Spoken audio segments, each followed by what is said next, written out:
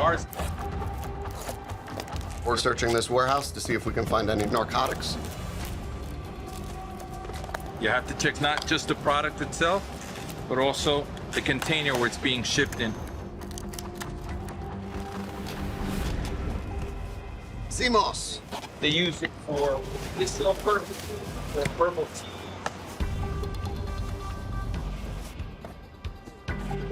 Unload it here. This one is open? Yeah, check the other one.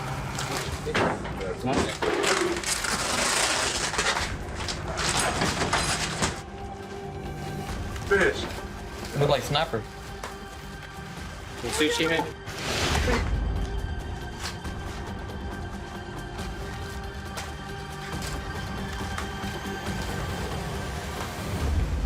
Take a look at this. Oh! Bam! Boom. Go through.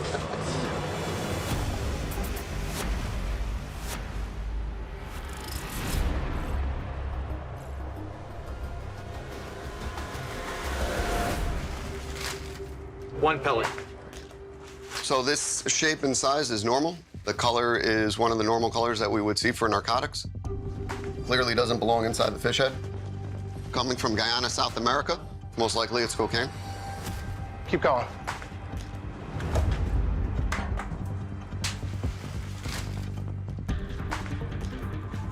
Load it. Each fish has one pellet. What they did was they cut just above the mouth. So you're gonna break the spine.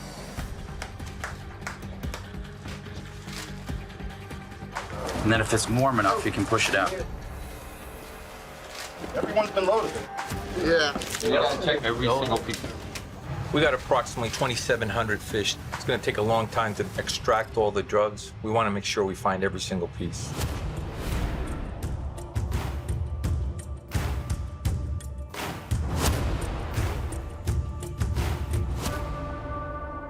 We've seen concealment in the past that's pretty crafty, pretty knowledgeable about the way fish are biologically and where the good areas are to hide.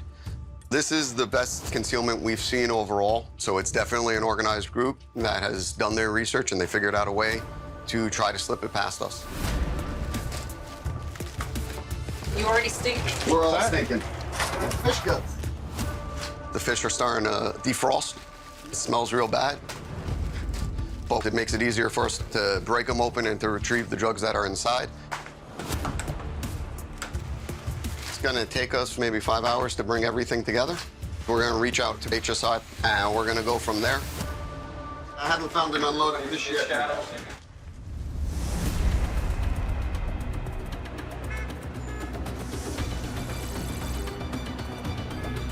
Come on.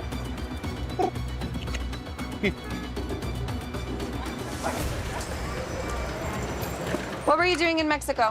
Sailing from Newport to Ensenada race Oh, okay. every year. A couple of people have been doing that. Here's San Ysidro Port of Entry. With the summer upon us, we have high traffic, a lot of crossers. So we're seeing an increase of narcotic smuggling, people smuggling.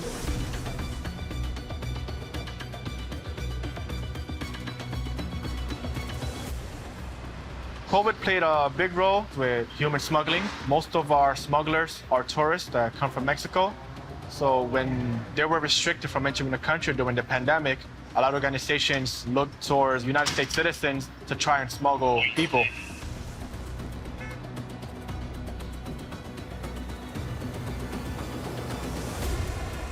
Hi, good morning. Buenos días. We have people crossing every day. 99% of those people, they're legitimate travel. But we have people that will get documents in Mexico. Either they buy the documents or they steal the documents and they present themselves as that person. Hi, look in the camera. So this facial recognition system is an extra layer of enforcement for us to determine, one, that the person is the person that she is presenting. Do you mind just taking the mask off? We're going to take a picture. And also help us determine the citizenship when they present a U.S. passport. Good afternoon, buenas tardes. ¿Has tenido pasaporte? Ok. ¿Cómo tenías tu pelo en tu...? Ok, te voy a tomar la foto.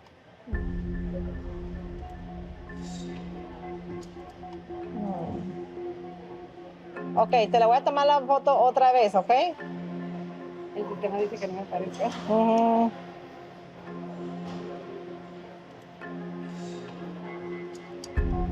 Ok, vamos a pasar ahí atrás, ¿ok? A subject presented a California driver's license as their identification. When we did the biometrics picture comparison, the picture did not match the picture that she previously has with her U.S. passport. So she was referred to secondary so we can verify that that's the person that we're dealing with. How are you, ma'am? Okay. Have you had a U.S. passport? Okay. All right. What happened to your passport? Me lo robaron. ¿Cuándo te lo robaron? En 2013, creo, si no me equivoco. Okay. So, el sistema no reconoció tu foto. So, te vamos a tomar las huellas para verificar que eres tú y... Últimamente me mandan mucha revisión desde el aparatito por la nariz. Me operé la nariz. Entonces me mandan a cada rato.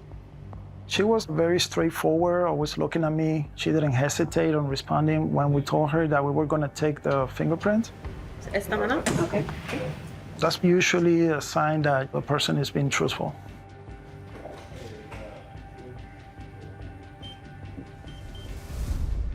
We took her fingerprint and we corroborate that it was her. Thank you for your cooperation, and you're good to go, okay? Yes. Have a good one.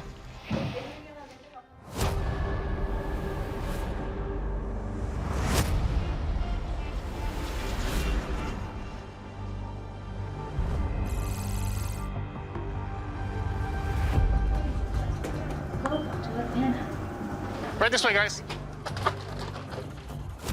Every person, when they travel to the United States, they are required to provide a declaration of the items that they're bringing across the border. Quick question for you, my friend. Okay. You have any food products? No. If it's something that's not my area of expertise, I have to consult an expert to determine whether or not it can come in. That's why we have an agriculture team that knows the prohibited things that are organic. No meats or vegetables? No fruits? We wear the same uniform, but we have different authorities. Under agriculture, we have authority over plants, animals, and the officers have authority over duty, taxes. That's the customs side of the house, as they call it.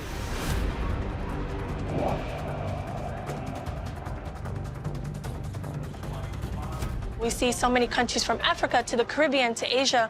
So you get to learn about their cultures, learn about their food, plants that they may bring. So you know, oh, from this country, we find this.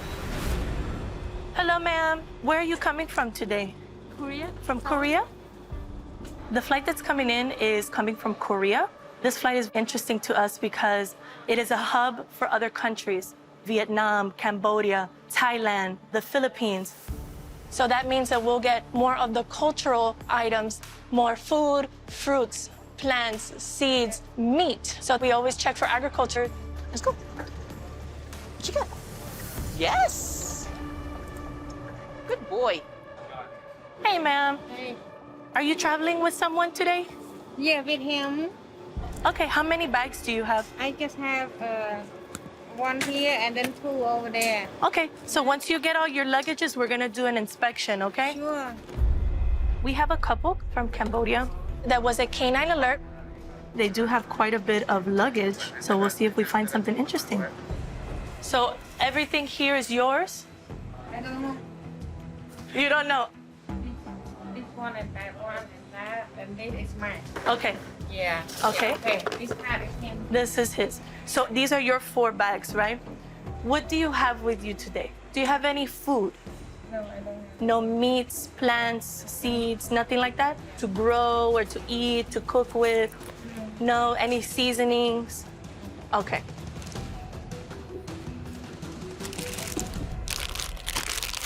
What's this one? On this one, we got the dry fish. Fish? Yeah. What kind of fish is this one? It's kind of sweet. It's a squid. Yeah. They are cooked. Oh, okay. Any other meat? Pork, No. chicken, alligator? No. That's it? Yes. Okay. Oh my goodness. We could have a problem.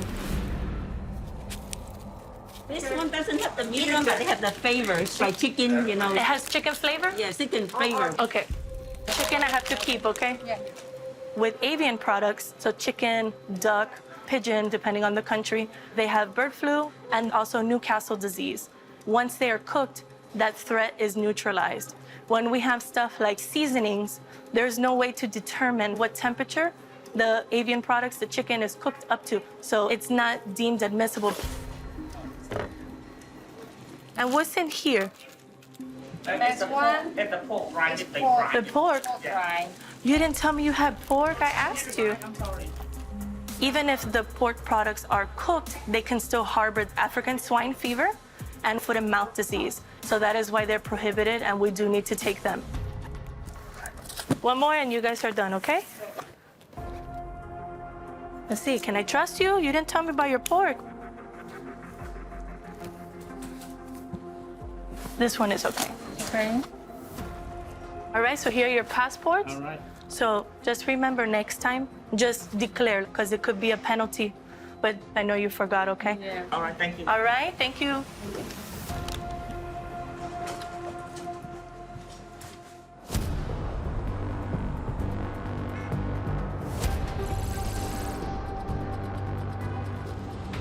¿Qué pues? No, sir, we headed to today. Otra, a trabajar. Pongo a ver la covela y las cuerdas.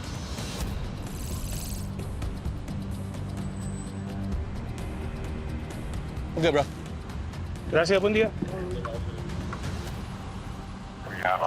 On lane 11, officers, please respond. Go, go.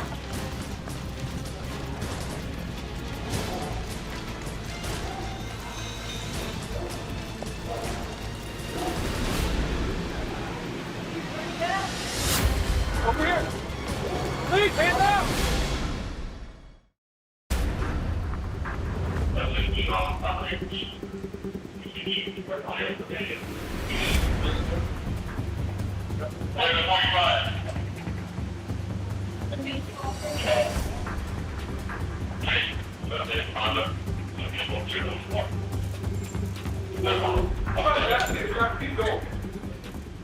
With this vehicle, they were having trouble opening the trunk, which is a big red flag for us. If we can't open the trunk, there's usually something hidden in there.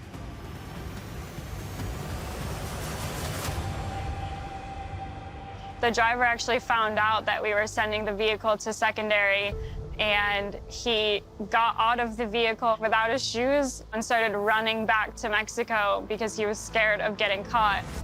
And we had to have officers apprehend him.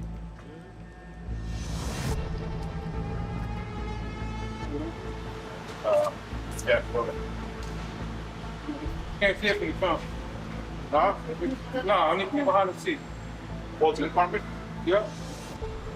All right, go ahead, go. Open it. Open it. We found a compartment behind the back row of the seat. They create these compartments all over the car to hide people, drugs, anything they can.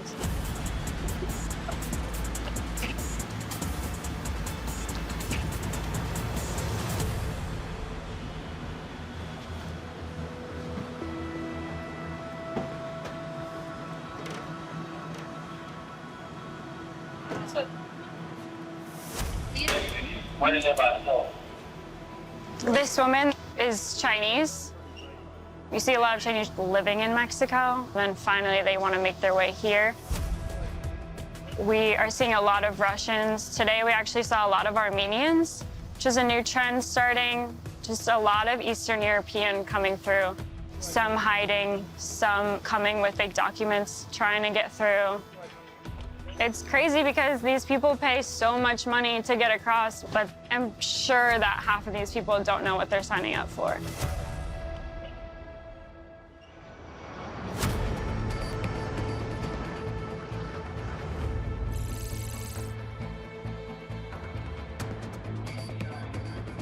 Come on, hurry, let's go.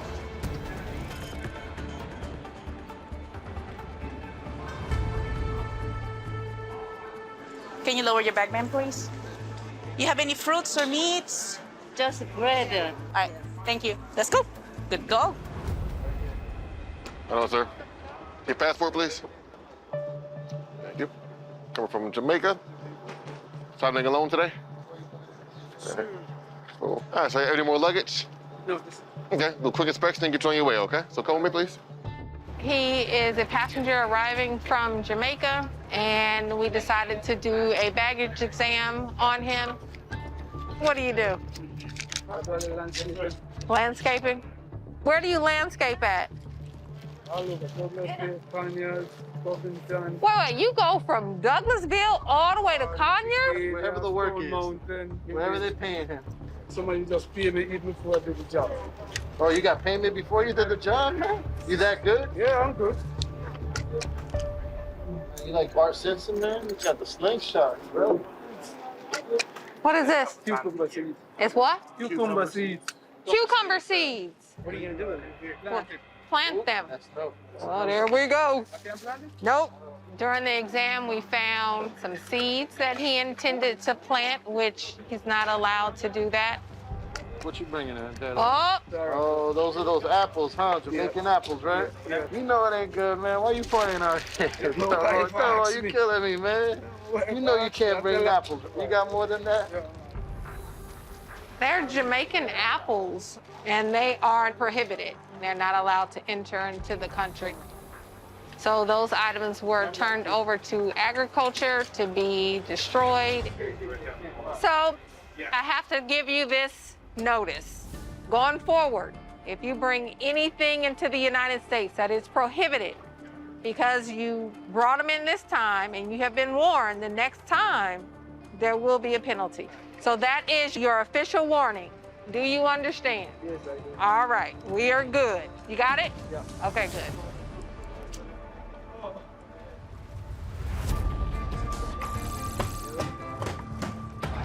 Watch your back, Dylan. Watch your back. Move that one. Yes, sir. Let's get through it.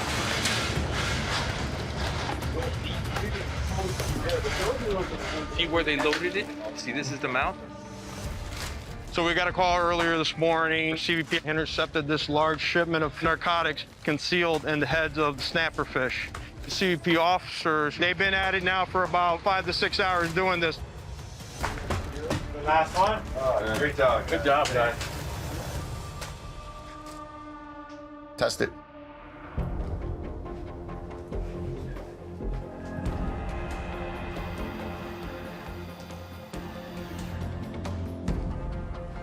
Positive for cocaine? Number 10.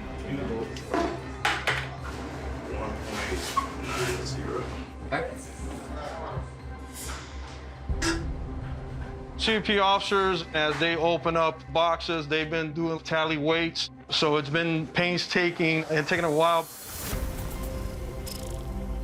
37.7 kilograms. This is a significant seizure. We're talking about approximately 1,400 kilos of fish. Each individual fish contains one of these pellets inside. We already have the recipient identified. Later this morning, we're going to try to do a controlled delivery and see if we can snag ourselves the individual responsible for this shipment.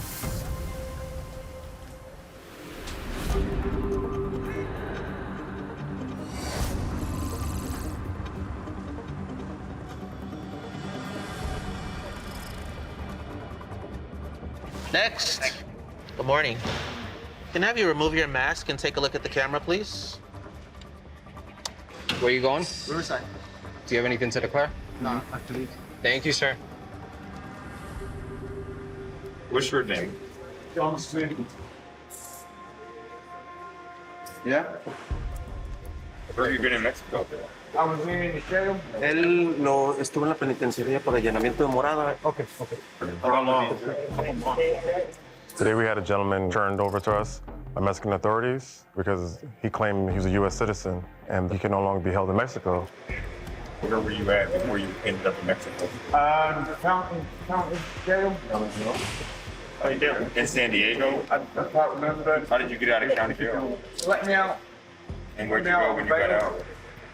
I went onto the street and that's all I remember. I was back in Tijuana, back in Mexico. All right, we're gonna bring it back there. This individual's claiming U.S. citizenship, but doesn't have any documents.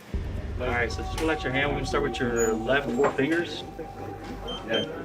Everyone have a seat, right? I'd like some food, please. I'm not eating in about a week. Did all his checks. Couldn't see any reason to believe that he was a United States citizen. I'm trying to understand something. Whether you've been in custody or out of custody, how long have you been in Mexico? I don't know. You don't remember? I don't remember. My friend, well, he said to me he's going to go to Mexico. I said, I'm going to come with you. He bought me a plane ticket. I think we went to Mochis and a bus sideswiped us in the car. So we went back to Culiacan. Then just got weirder and weirder. And do you remember when you came to Mexico? Do you remember that?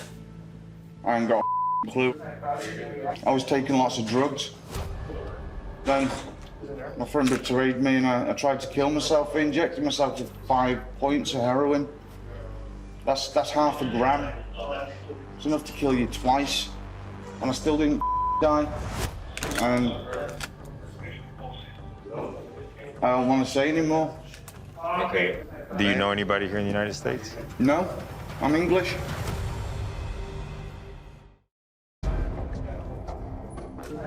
I used an alias, Sean Smith. I just wanted out of Mexico. Okay.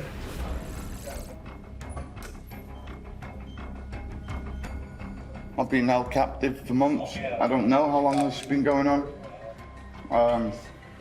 I've been eating human meat. They've been feeding it to me.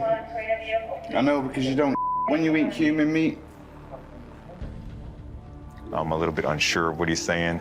You never know what you're gonna get with these guys. And moments, he's got a brief moment of clarity. So you were trying to come to the United States in order to try and get back to England? Oh. So basically what he's saying is he tried to come in because he knew that we were gonna send him back. He was trying to get a free ride home. Yeah. He claimed he was a U.S. citizen, but he was not a U.S. citizen. He was a citizen of Great Britain. We had a land border, so it's not like an airport. We could just turn him on the next flight back home right away. We have to process him, make sure he doesn't have any warrants in the U.S. Once everything's done, we escort him to the airport, book him a flight, and deport him back to the U.K.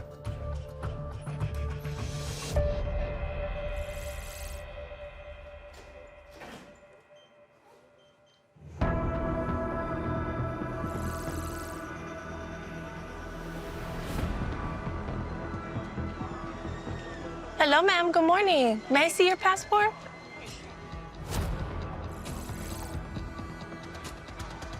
Do you have any food with you? I have no food in my bag. Nothing? Just clothes? Clothes, bags, and shoes. Okay. Thank you, ma'am.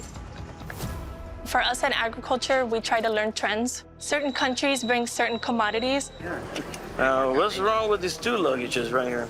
Yeah. Hey, sir. How are you? I'm fine. Where are you coming from? Peru. Peru? Yes, sir. What are you bringing today? Nothing. Nothing? Let's go take a look at your bags. Come on here. Bring your luggage. Just from seeing the country, the passengers coming from, the bags that they're traveling with, and the amount of bags is typically a signal for us, hey, I gotta check this person. Estas son maletas. Sí.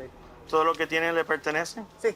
Trae frutas, alcohol, tabaco, cigarros, cigarrillos. Cigarro, no solamente traigo cuy. Solo cuy. Cuy. Okay. So he is bringing cuy. Cuy. Those beautiful guinea pigs. Yeah. Guinea pigs, se lo comen. People in South America have this plate called cuy, which is guinea pig over there in Peru. ¿Y esto qué es? Esto es pollo, ¿no? No es cuy. Esto es cuy. Famoso cuy. Míralo aquí. Más cuy. ¿Y para quién todo este cuy? My family is you like. Mami no. You don't like cuy? No. Tengo mucha familia. Sí, ya veo. Son fritos. Yeah, fritos, little fritos. Fritos. Question. Cuy, frito. Cuy frito. Se puede traer, ¿verdad? Sí. They can bring the cuy meat as long as it's cooked. It's very common to bring cuy meat from Peru. For them, it has a sentimental value, something that is very significant. That's what Atlanta is all about. You have cultural diversity from all over the world, and people come here, they bring a piece of your country. There you go. Thank you. Se cuida, caballero. Cuy meat.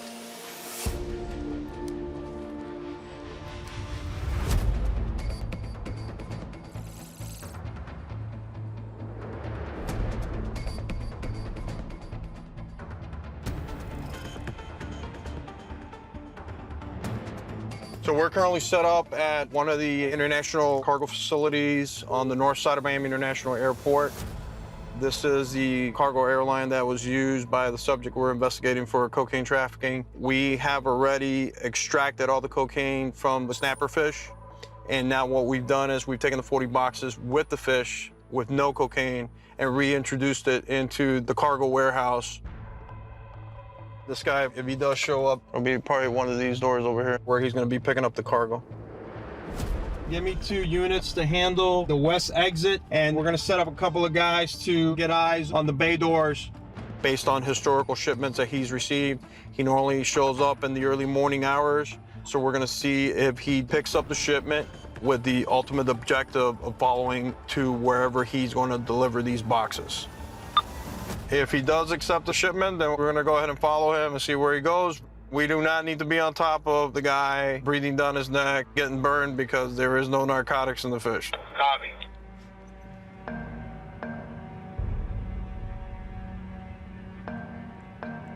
There's a truck right in front of that area. Keep an eye out for an white box truck. All right, 10-4, 10-4. Male with a tan-colored cap. I think that's our guy. Yeah. All units, the subject has arrived on scene. Our target vehicle is gonna be, in fact, the white box truck. Our subject, he's wearing a tan hat, red shirt, blue jeans. Going inside the box truck. The subject has arrived on scene. Once they load up the fish, we're basically going to set our surveillance in motion and follow him to whoever the ultimate recipient is. Third skid's been loaded onto the box truck. We got 1 more left. 3 out of 4 are on the truck. Whoever's in the parking lot, if you guys want to start going mobile and get in position for takeaway, please. 4th skid is loaded, 4 out of 4. 4 out of 4. Target is ready to move. Target is starting up the box truck. Target is on the move. Target is on the move. It appears that these guys have experience. They've done it in the past. So it's important that we keep an eye on it. We monitor it until he reaches his final destination.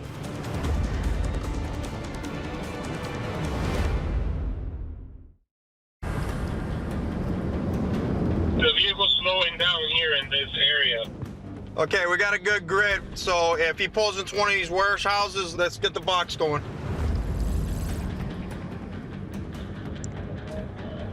Yeah, it looks like he's stopping down over here. I got a visual on the truck, stand by.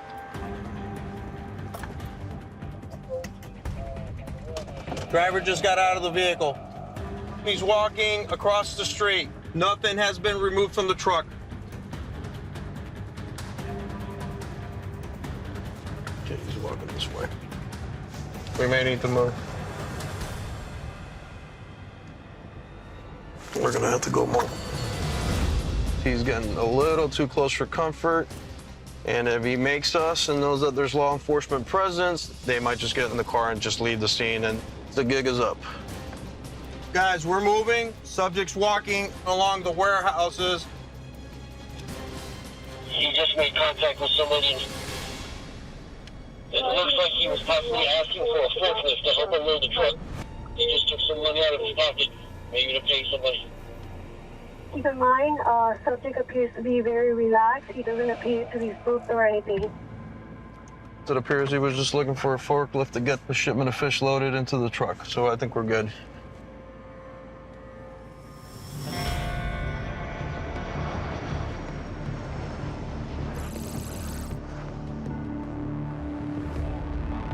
See your passports out, please. Have your passports out.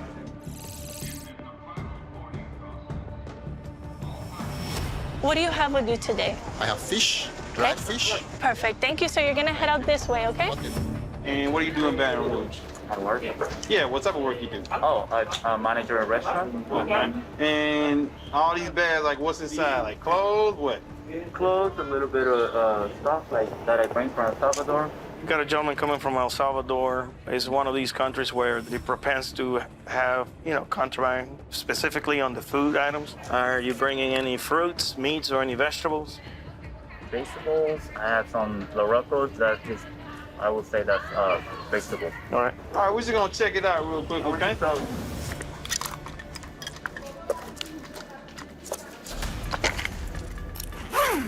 So what type of activities did you do while you were there? My main goal was celebrate my grandma's 89th birthday. Okay. What part of El Salvador? My family lives in Salvador, but also in different cities, so yeah. Did you travel to any other country besides El Salvador? Mexico. Mexico? Okay. All right, so any fresh stuff? I have beans and the loroco. Loroco? We'll see. It's called loroco, which is a plant they use in the gastronomy in El Salvador. No, that's just not going. That's not going to pass.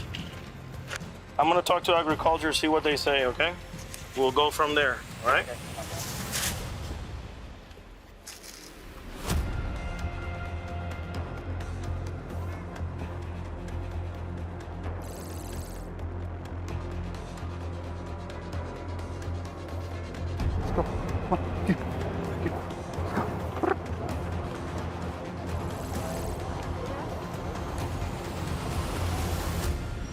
Hi, how are you doing today? Doing good, thanks. I'm just gonna do a quick inspection on the vehicle today. You mind just putting it apart? Thank you.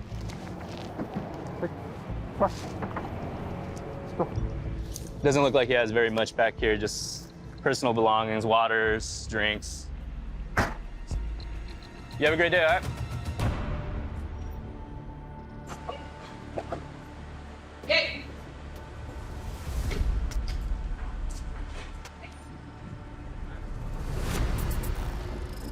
Alerted to order.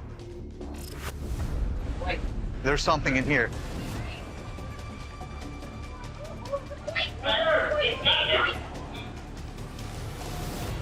Subject was trying to make entry to the United States. Dog alerted. We secured the driver. We're going to go ahead and find out what we got.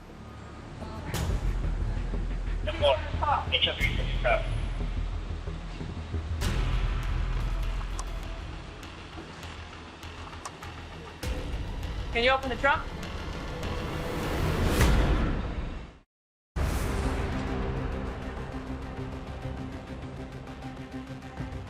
How many? Got two.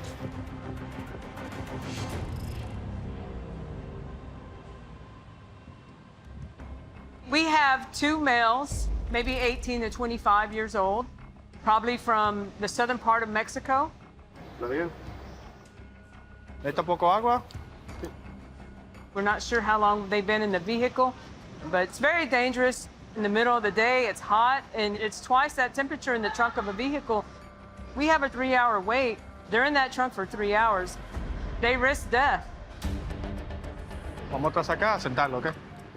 The misconception is that we're here to take down everybody that crosses the border illegally, and we're actually very humane. We care about the people that are coming across. They're being used. Too many other hands are involved where they can be exploited, and I think it's putting themselves in a scary situation. 1045 on lane 24, please respond.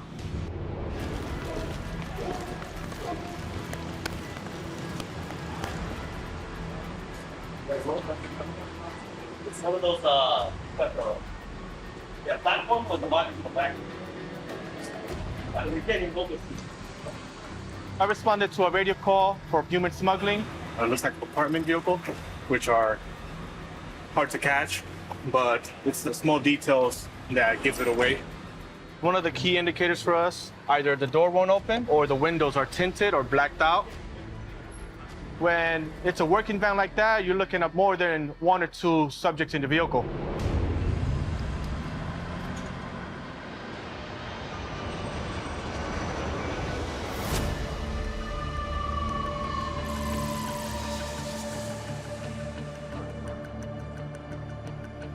Can you call anyone from agriculture to come here, if you don't mind? Thank you.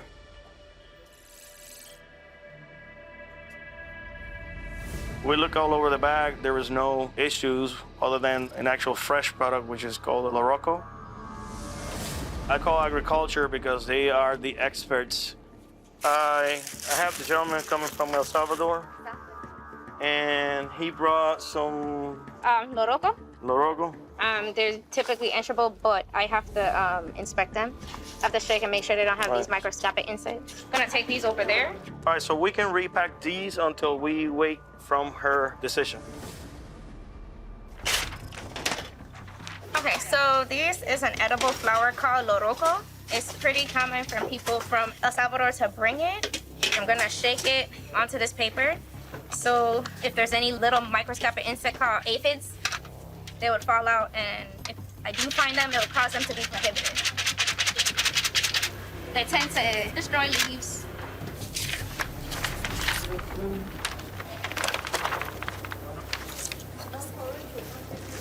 No.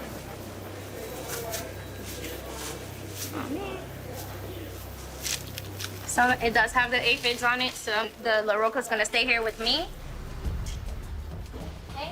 Okay, so your Loroco, I did check them and I did find insects on them and they were alive. All right. If it came frozen, you definitely probably kill the insect, or if you cook it. Oh, okay. All right? All right, thank you. In this case, it was just agriculture, something simple. But, you know, people need to understand they can't bring just vegetables or fruits into the United States, especially if they're fresh. All right, so you're good to go. Thank you very much. Welcome back. Straight down. Once you pass the door, to your right, drop your luggage, okay? Good luck.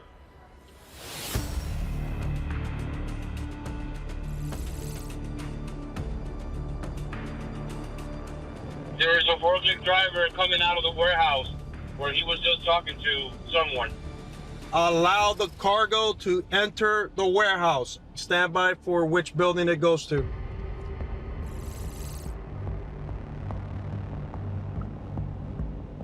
First skid is off the truck going inside the blue warehouse. Copy that. All units, stand by until all 4 pallets are inside the warehouse, and then we will approach.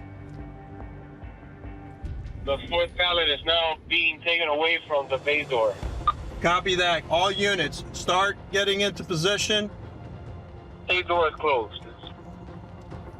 All right, move, move, move, move.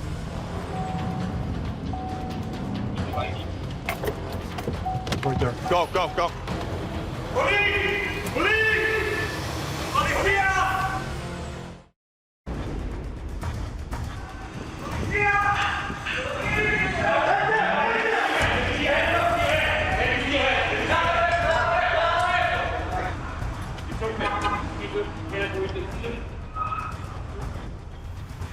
Holy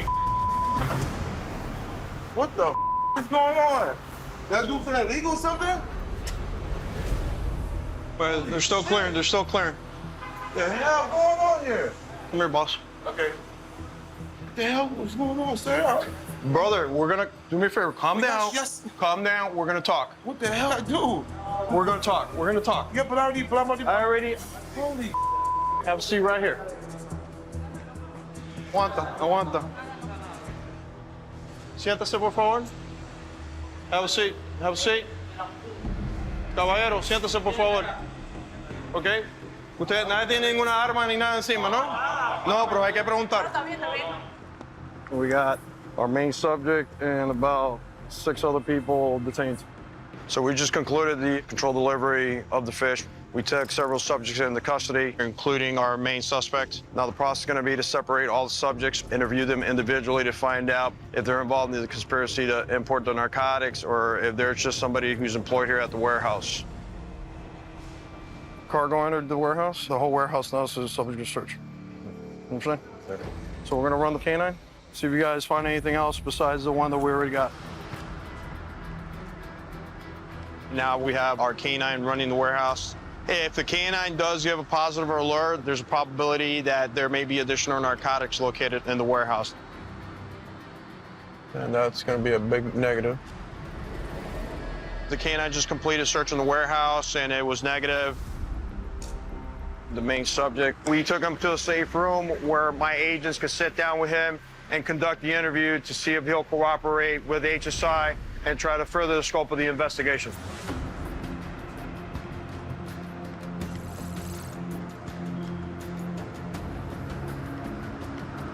Our job is not just to do a bag and tag and arrest somebody and we're done. Our job as HSI criminal investigators is always to further the scope of the investigation and try to get who is responsible for importing the contraband into the United States.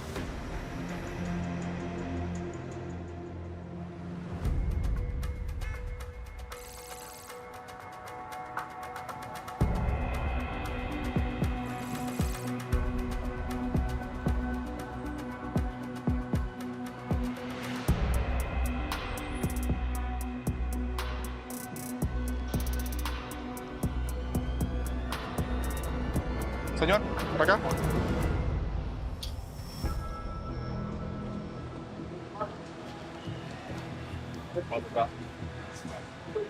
¿Está bien? ¿Está bien? ¿Cuánto tiempo te Say it's been about 2 hours in truck. ¿Está bien? We ended up pulling out 5 individuals, 4 males and 1 female. When I first opened the side door, the van looks normal. You got the seats. If you look under, there's nothing there.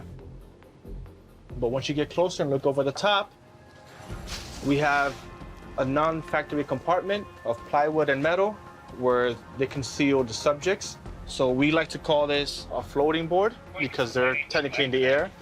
And how did they fit there? I don't know, but they made it happen. Señor, por acá. ¿Va a seguir el otro oficial? ¿Dónde es usted?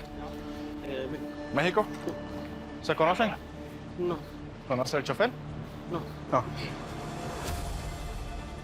Before I got this job, the CBP officer, I had no idea how many people are wanting to come into this country illegally. Everybody just seems to want to come to America. It's the land of the free. There's a lot of opportunity here. And so when other countries are in turmoil, they will do whatever they can to come to the United States. It's a bad situation.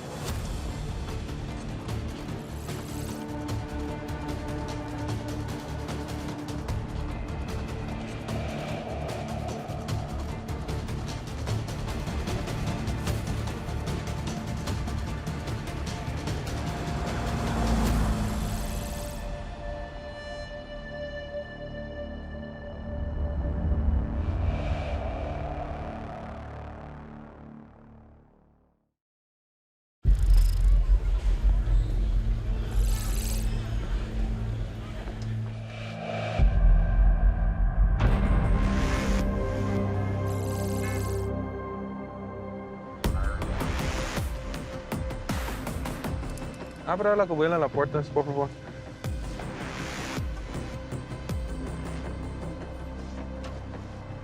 Okay, gracias. What were you doing in Mexico? I was visiting my dad. You're not good to go. Have a good day. Thank you. You're welcome.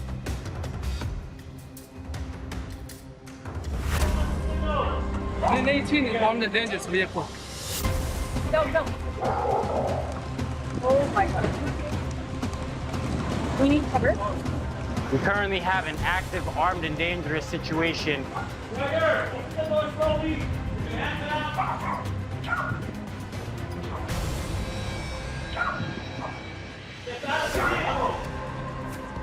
You have a traveler that has possibly a warrant out for arrest and has potential to have a gun, a knife, even worse, and may not want to go down easy. Hands up!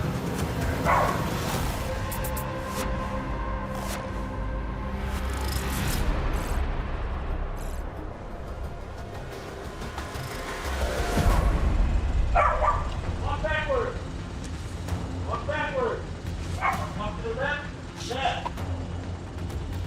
Left. Okay. Sit down.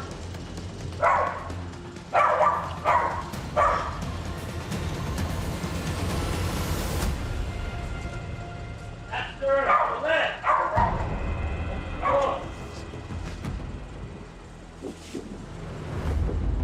Now. Walk backwards. Left. Left. Keep going.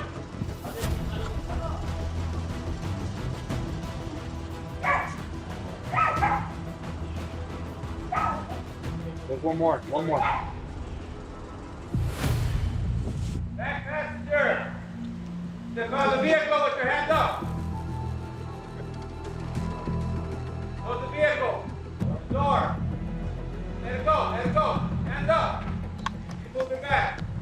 Not there. Right hand. Grab the top of your jacket. The top of your jacket. Turn around for me.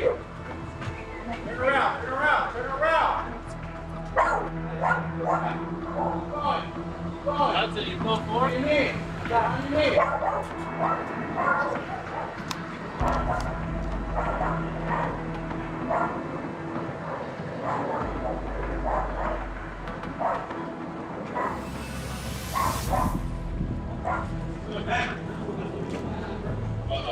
We were able to secure all the individuals. Nobody had firearms. An 8-year-old male was taken into custody. He was wanted for robbery. He's been turned over to local authorities, awaiting charges. Here at San Isidro, we never know anything about the subjects in the vehicle. We don't know if they have arms. We don't know if it's loaded with narcotics. Nothing's off the table.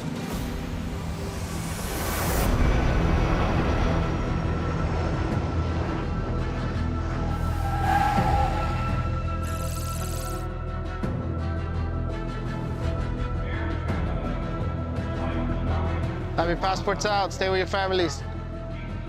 ¿Dónde vive usted? En Medellín. Medellín. ¿En cuánto tiempo te queda aquí? Me voy el 23 de marzo. Well, in my 5 years as a rover here at the Miami International Airport, we've encountered an array of narcotics coming into the United States. You flying alone, sir? Yes. All right. Where you coming from? Kingston. We've been dealing mainly with cocaine. What we're seeing now is the more usage of ketamine. Hey, welcome back home, sir. Yes, sir. Have a good one.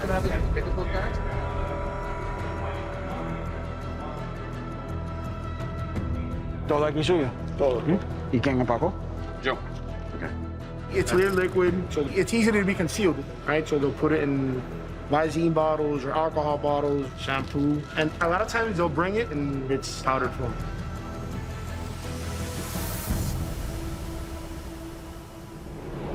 La última vez aquí, ¿cuánto tiempo tú estuve?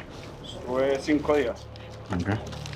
We specifically watch out for the passengers' behavior. We're looking at them to see how they're acting or interacting with the other passengers around them.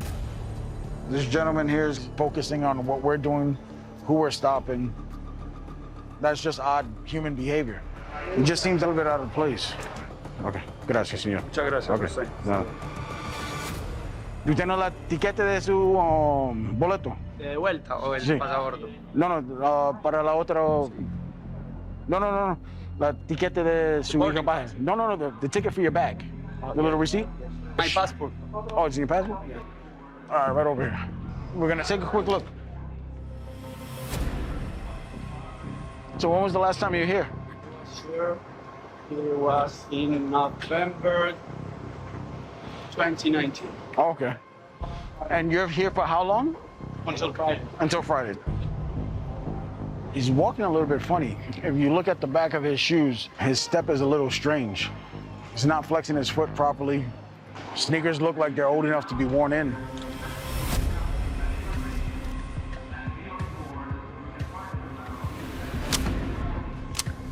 Get your bag, I'll be right over here. See his feet? Look how he's walking. It was the way he was stepping, like a Frankenstein. And that's a common occurrence when the shoes are loaded. They put a solid package inside. You know, it doesn't allow for room to flex.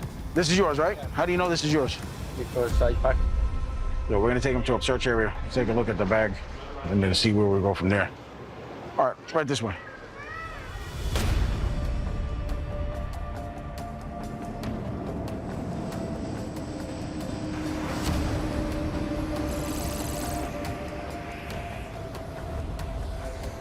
New York City is a big gateway for smuggled ancient artifacts coming into the United States.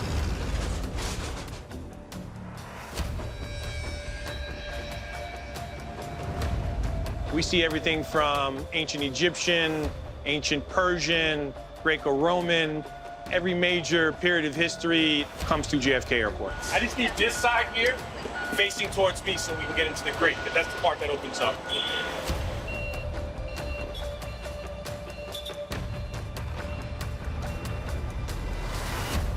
Sadly, it seems to be many more of these artifacts are crossing my desk on a daily basis.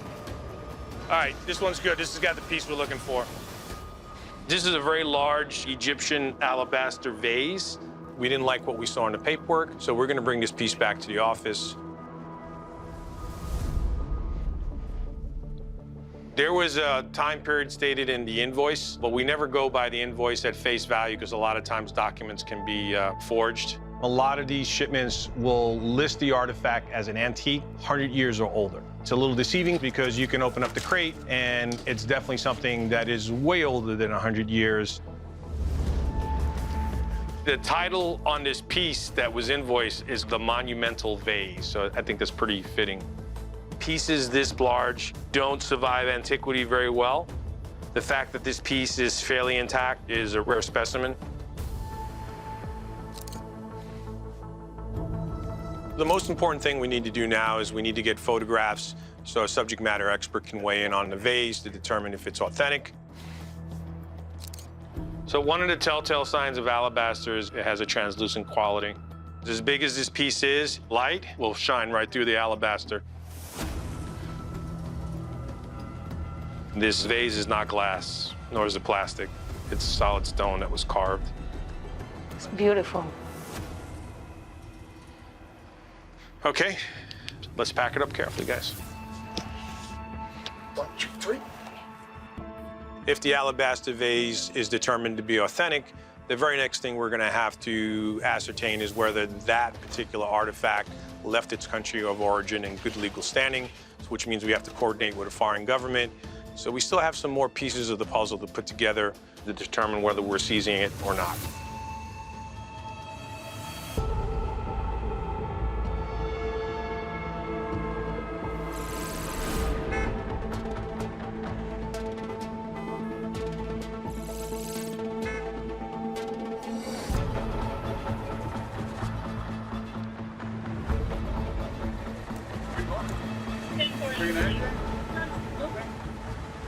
Our canines are trained on concealed narcotics, and with enough time and experience, these dogs are able to understand the odors of these narcotics within compartments, inside vehicles, and even taped on the travelers themselves.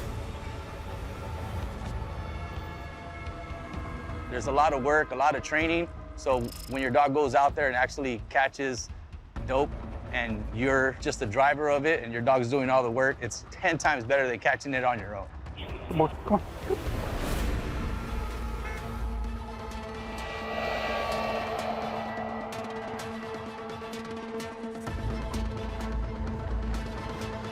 Morning, guys. Is this your car?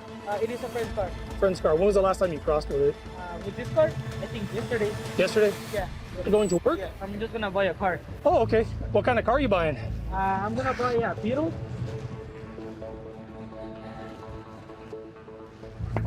Never know.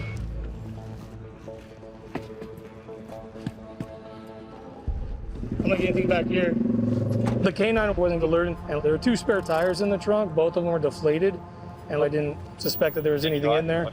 All right, thanks, guys. Have a good one. Have a good day. Mm-hmm. Good morning. Go ahead and put it in park for me.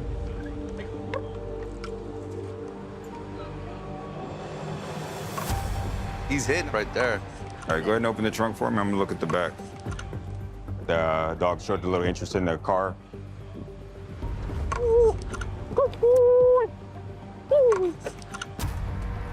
This thing is pretty light. Saw a battery charger, one of those battery packs to charge a battery on the car.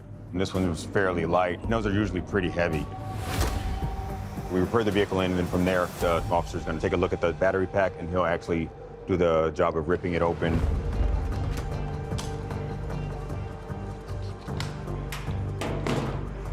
So I was told by a K9 handler that his dog alerted to this. So I'm gonna go ahead and open it up and see what's inside.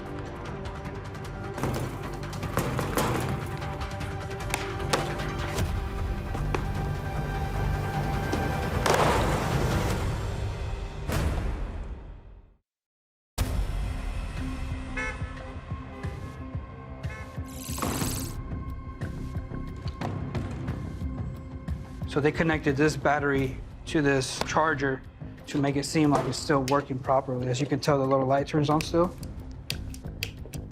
It's just a way to make us think it still works and there's nothing in there. The package I took out, I can't tell right now what it's gonna be, but we'll see.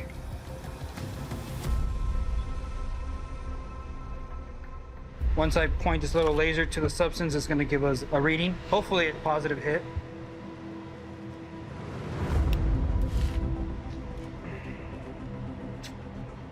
Mustard. I guess they think that the dogs are not gonna detect it with the mustard, but they still detect it. They'll use ketchup, hot sauce to try to get the dogs to not sniff it.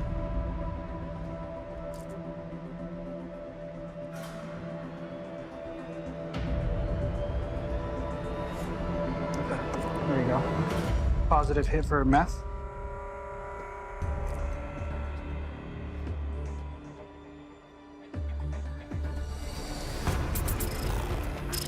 3.06 kilograms of methamphetamine. I mean, it's a seizure. We're keeping drugs away from the streets, but I've seen way more. I've seen gas tanks full of meth, quarter panels. We've seen up to 80, 100 packages of meth at once. I already called HSI. The agent in charge is on his way. So now I'm gonna go ahead and place the subject under arrest. And then the drugs will be taken to get destroyed.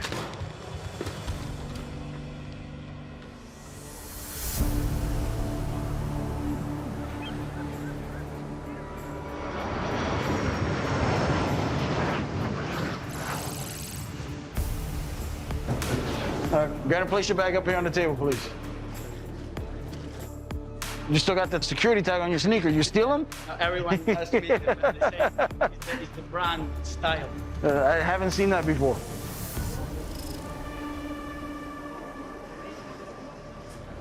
All right. Let's see what we got here.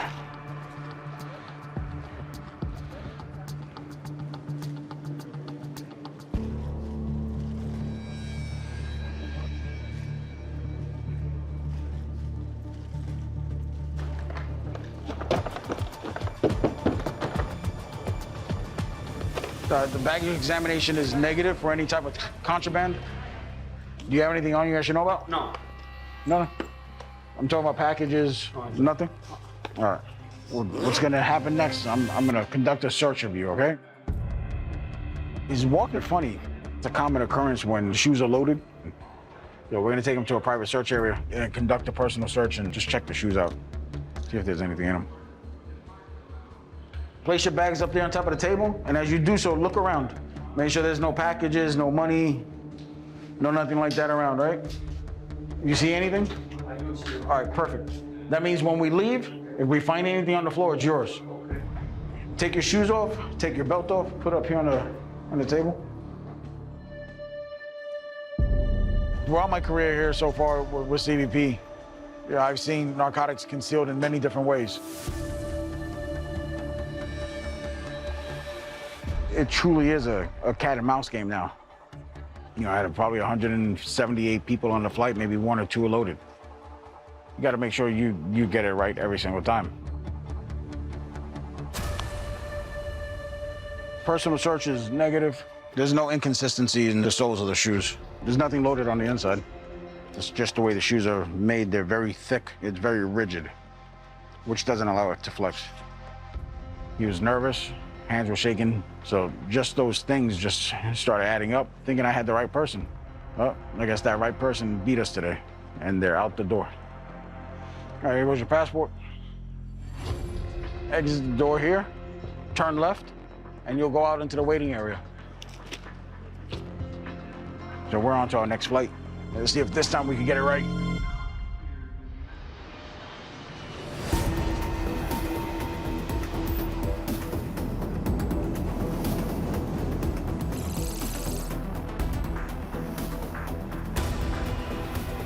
I'm gonna need that box that's in the back.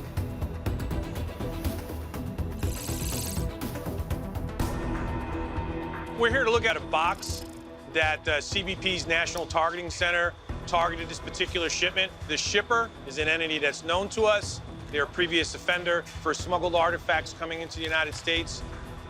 We're gonna see if there's any more contraband in this particular shipment that's coming through.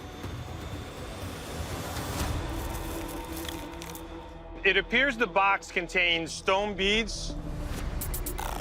There's some gold artifacts on the bottom, but I'm not gonna pull it out here just because we can't afford to lose any of these small beads. We're gonna go ahead and transport this shipment down to the Diamond District of Manhattan, and we're gonna have a gold specialist take a look at the gold and determine exactly what we have.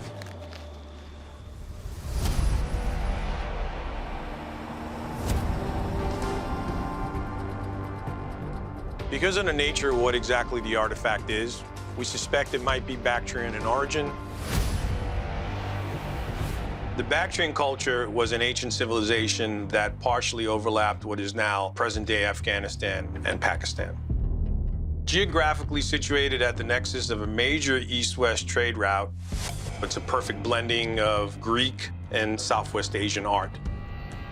In 1978 and 79, archaeologists excavated the tombs of 6 wealthy Bactrian traders.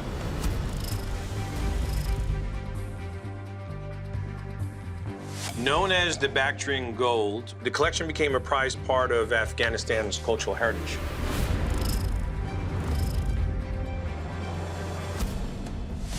Then in 2021, following the collapse of the Afghan government, the treasure mysteriously went missing.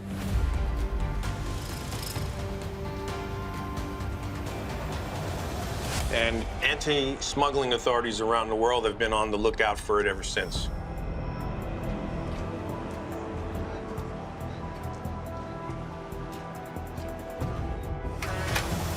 How many pieces are we testing? There's a lot of little pieces, but if you can just do a sampling, that would probably be the way to go. Okay. We do run into a lot of counterfeit ancient artifacts that are meant to look ancient. They're selling them off as ancient, but they're modern made. So we just want to make sure that that artifact is the genuine artifact. All right, so we're going to start with this piece. Yep. Okay. This one seems to have like a semi-precious stone in it. Mm-hmm. It looks like a part of a Maltese cross. It's interesting. I mean, this was going back, you're saying 1,000, 2,000 years? Yeah. So this is a piece of rhodolite garnet, and that would have been indicative of the time. But they look at too close to precision cut. No, this doesn't look like it's real.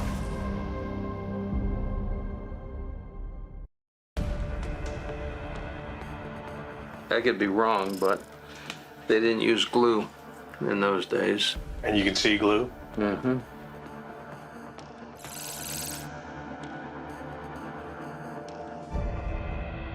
It could be the real thing in terms of the gold, and But maybe then the someone stones tried were to- damaged or fell out. And Someone they tried to replace it. and put maybe- something else in. That's just a gut reaction. It's not. It's possible. We've seen artifacts that are damaged, and then they try to replace a missing piece to it with something a little bit more modern because they can command more money in selling it. Who knows? I'm going to test it here. This is the live metal analysis. So this analyzer, it's bombarding the piece with X-rays, and each element is going to react in a different way to this X-ray excitation. Gotcha. Good thing I stayed awake in my science classes. All right. So as you're seeing, AU is gold. It is indicating 72% plus gold. And then it has a silver, iron, and copper, right? Okay. Trace. We typically wouldn't see iron. And modern gold, you wouldn't Yeah. see it. Yeah. So it was legitimate artifacts. Ancient gold is not something that we see all the time. Okay. It's definitely special. So we're gonna go one by one. We're gonna take this piece. Yep. Okay. And we have a reading here of 68% gold. With this ancient gold, we're probably going to see numbers all over the place, right? Yeah. Since they didn't have a modern controlled setting for producing gold. Next one is a large coiled ring. 82% plus gold. If we can test this one, because it's kind of unique and it stands out. Okay. Wow, 97.8. So that's the purest piece of everything we've tested. We can pay for lunch with that one, Joe. Thank you for your time and your expertise. I really learned a lot. Thank you. Well, the good news is the gold is in fact bona fide. It's authentic. It's actually a composite of gold that is ancient in origin. But we also need to get a subject matter expert, an archaeologist, to take a look and determine if it is in fact Bactrian in origin or possibly tied to the Bactrian gold hoard.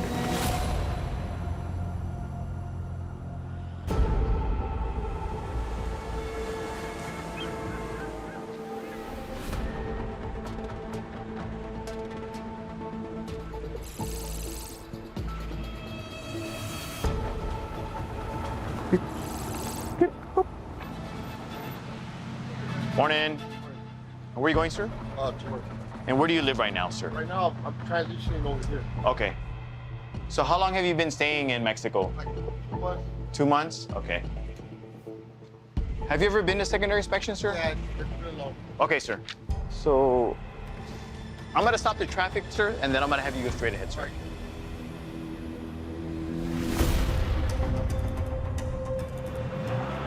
How you doing, sir? I'm gonna have you open up the hood, the back, step behind the car, okay? I'm gonna take a look at the vehicle. Okay, so you live in Mexico? I'm about to go. Okay, and where do you live now? Well, I was living in Ontario. Going through the war. So you moved to Mexico? I'm moving, little by little. So you're going back to Ontario right now? Right now, I'm going to work right here in San Diego. What kind of work? Handyman, something. Okay. Remodeling the house. What's the name of your company? I don't know the name. I just started last week. So how do you find you? Through a friend who lives in San Diego. And it's your truck? Yes. All right, cool. I'm gonna inspect the vehicle. Just step behind the table right here. The subject's story is a little murky. So right now we're gonna conduct a 7-point inspection.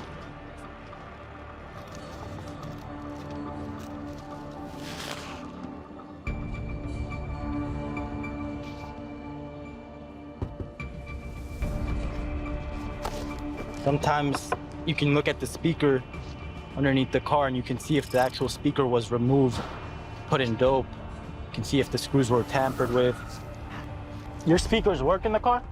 Do me a favor, just turn on the speakers for me.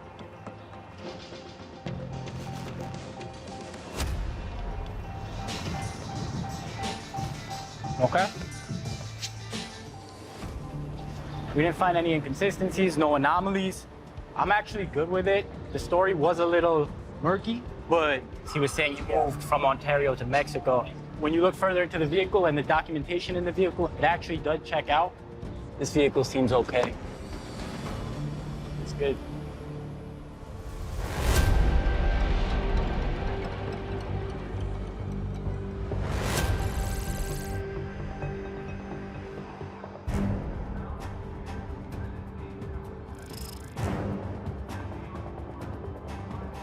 Go ahead. Pass. Check it out. See your passport. Have a good one. The bags are gonna start coming down. The van is a great tool that we have. It's used to x-ray all luggage coming off the aircraft. He's gonna be looking for any kind of anomalies that are gonna be coming down inside the bags. The more assets that we were able to deploy on any aircraft or any bag, the greater chance of us finding and intercepting anything that shouldn't be coming into the country. I'll take that. The reason I pulled this bag is it's small, real easy to get and go real fast. It's kind of dense. Could be a known concealment. Bag had a few anomalies in it. We'll call upstairs and be like, hey, we found something, pull the passenger aside. They'll continue with whatever we started here. I mean, it could be legit, but that's just something you want to look at.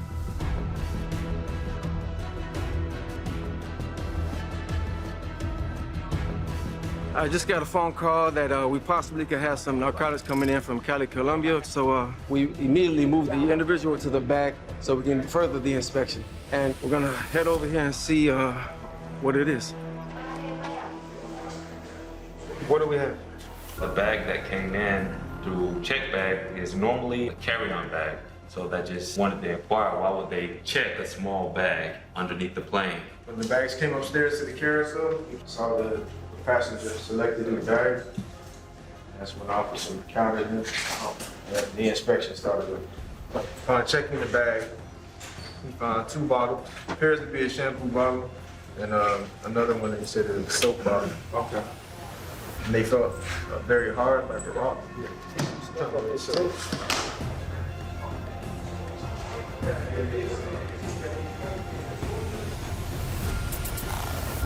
You see clear liquid at the top. Started to crystallize around the outside of the bottle. And that's an indicator of what do you think? Most of the time it's liquid cocaine. Okay. But it doesn't have an odor, so it could be ketamine. It doesn't have a strong smell. Usually you smell it. What are you doing now? Testing it utilizing the Gemini.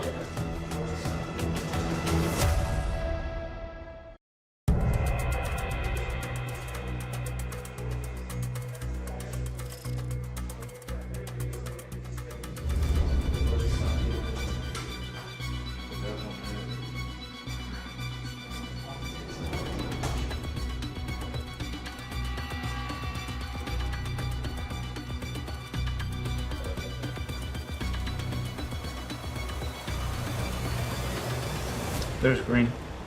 Ketamine. Gemini says ketamine. So what are we looking at? How much we got?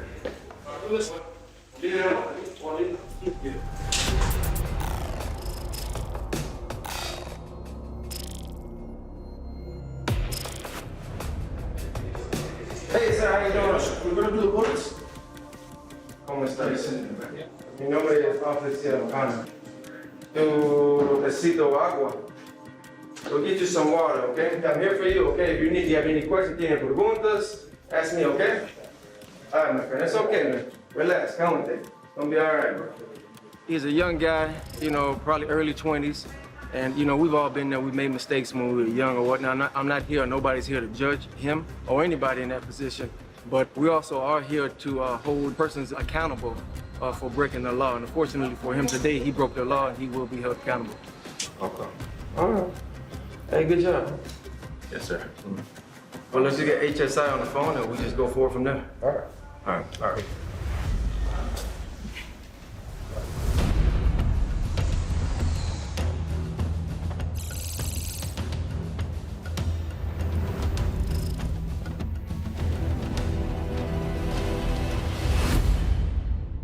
Hey guys, good news. I got the report back from the subject matter expert.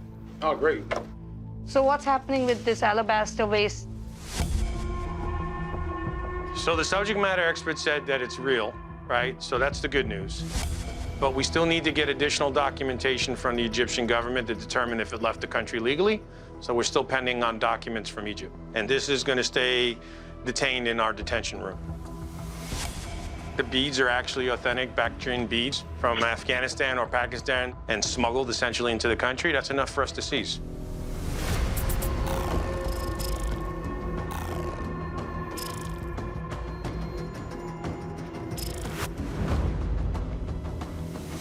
So do you think this is any part of the Bactrian horde? I don't think anybody can tell us at this point in time, but the good thing is, you know, we're seizing it. If we can later determine that it is a part of the Bactrian horde, we'll cross that bridge when it's time to cross that bridge. But right now, it's a solid seizure. Okay. Once we make a seizure, usually what happens afterward is a very complex process. You know, the country of origin, Afghanistan, the Taliban would have to put in a request of repatriation for the artifacts to go back to them. They would have to declare, hey, we want our stuff back. And then they would have to go through a process of coordinating with U.S. Department of State to do a repatriation of the Bactrian gold back to Afghanistan. All right, guys, let's get this stuff put together and let's get this put to bed. Hopefully word gets out. You know, we put out a message that we're not going to tolerate cultural property getting smuggled into the country. With terrorist organizations digging this stuff up and profiting from it, you know, we have an obligation to try to deter that and curb that type of criminality as best as we can.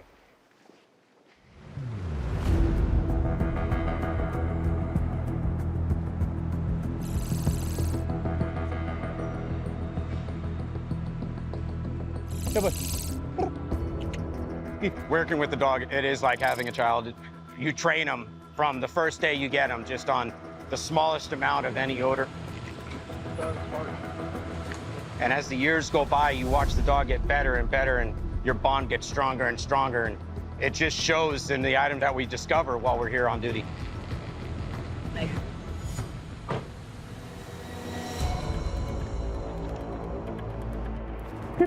When he alerts, his tail wags, he'll start salivating, and then he'll indicate by sitting after the alert.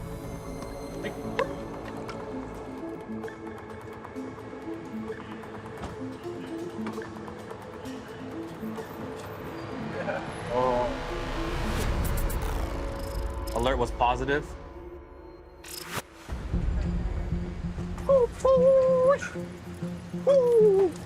As I was walking down, the wind was blowing, so he caught odor and alerted to it.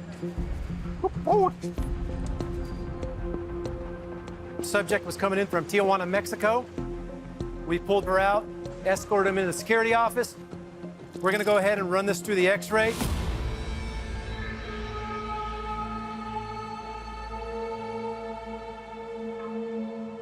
Yeah, it's positive. I observed some kind of anomaly in the quarter panel and glove compartment.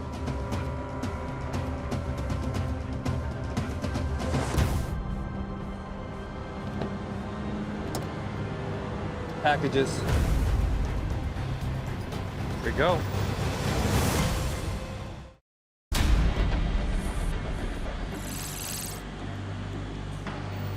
We're not sure what it is yet, but we're gonna take it to our seized contraband facility, take it apart and see where else there might be packages.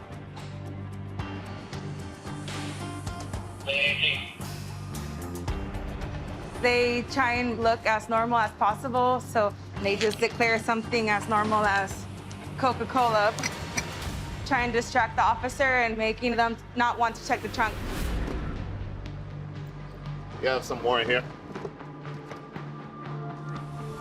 More contraband.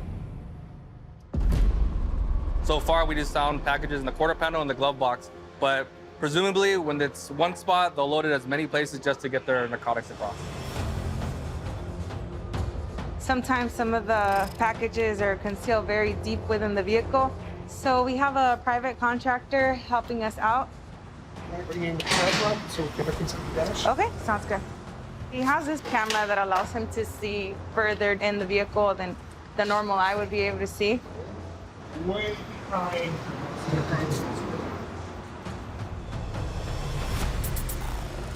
There's more packages in the dash.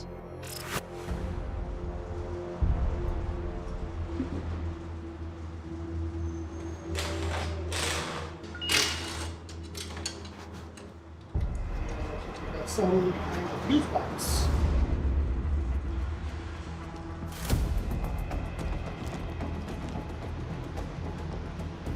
This package is directly above the gas pedal. Oh, jackpot. This is what we call a never-ending seizure because every new place you look, you get more and more. This is the gift that keeps on giving. You want to make sure we double-check the vehicle multiple times because officers' worst nightmare is to find out later on that they left packages behind.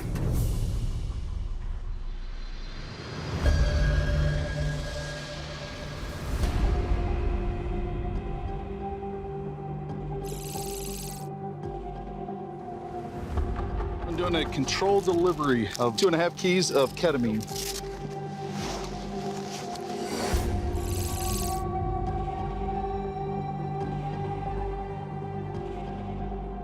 Flight came in 6 hours ago from Colombia. Passenger carry, he had it in his bags, he had in 2 shampoo bottles. During the initial interview of the smuggler, we took control of his cell phone and we established communication with the co-conspirator. We will utilize an undercover agent to make contact with the recipient and make the drop-off. As soon as he comes in, as soon as he has the bag, I'll give the go signal, which is take him. We'll bring him back here and then we'll debrief.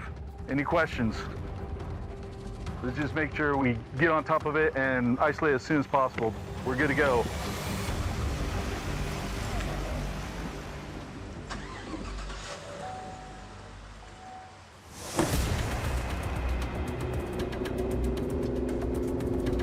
There's a number of factors that we have to look out for. Obviously, we're operating in a public area, so we have to be concerned about the safety for the general public. We have to ensure their safety while at the same time making sure that we can further the investigation. Are we going to be setting up on a parking lot to the north? North side. So right now we're kind of in the general area where we're going to be operating. I'm going to take a stationary position just for a little bit. If we need to relocate further, then we will.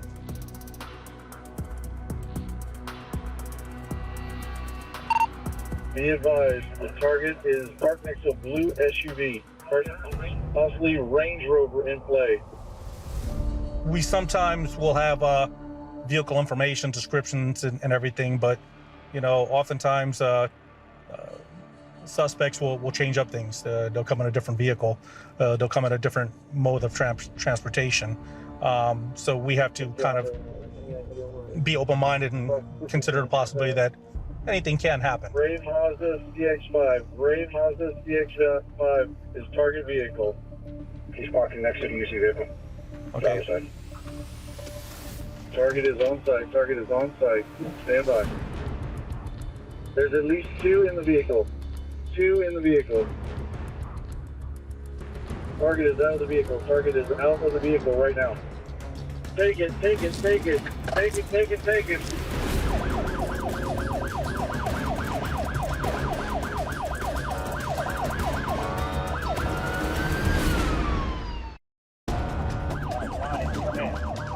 Please, hands up!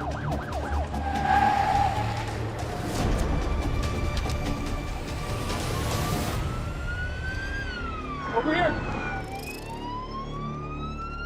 Turn around. Got him. All right, relax. You good? How many guys you got in there?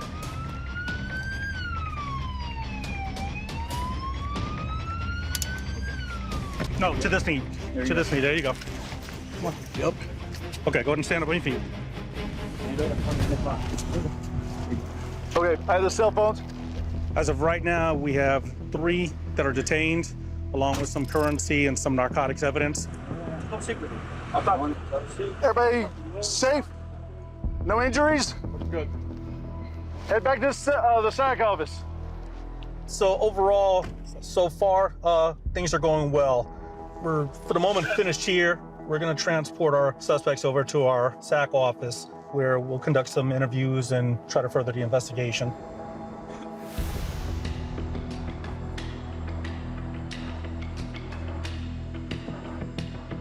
Today was a good day. We got some players off the street, but our end goal is to disrupt the cartels. We're going to talk to them and get a further story and try and build this case to a larger level and get more higher level players. Water? Yeah. Yeah, don't worry.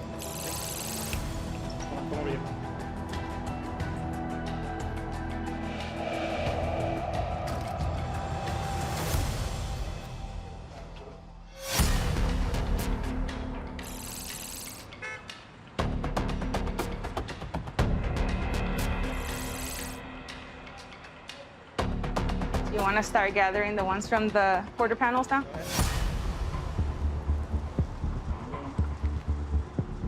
They're different than the ones we removed from the glove box compartment.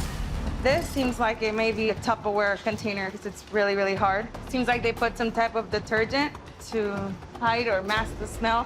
So all these 3 packages, one kind of narcotic, and this one's will be another one. Any other areas that we were thinking, or that was it? We're gonna go ahead and take it over to our testing site.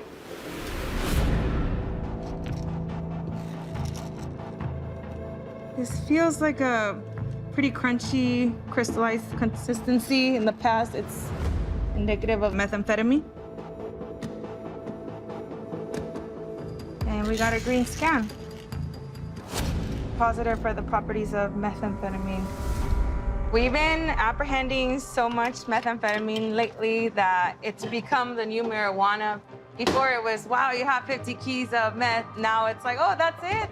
So it's kind of crazy to say that 50 keys of meth is not impressive anymore, but unfortunately, it's kind of become the norm around here. We're gonna put all the methamphetamine on the scale and get a total weight.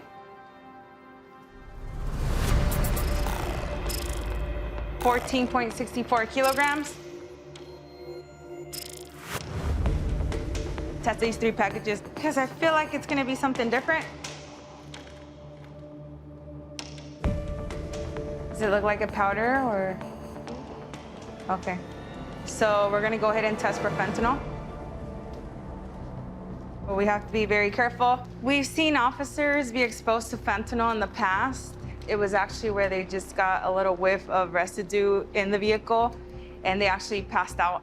So, you know, we want to make sure we're being as careful as we can. We don't want any of our officers to be exposed. I mean, it could be deadly. So red line closest to where you hold the testing strip indicates that it's positive for the properties of fentanyl. There we go. You have a positive. So it is fentanyl. So now we have 3 packages of fentanyl. 3.46 kilograms. It feels great to be able to keep all these narcotics off the streets, but I've seen a lot bigger loads. Maybe it's a first timer, who knows? Sometimes they don't trust them with that much narcotics all at once when they're first starting off.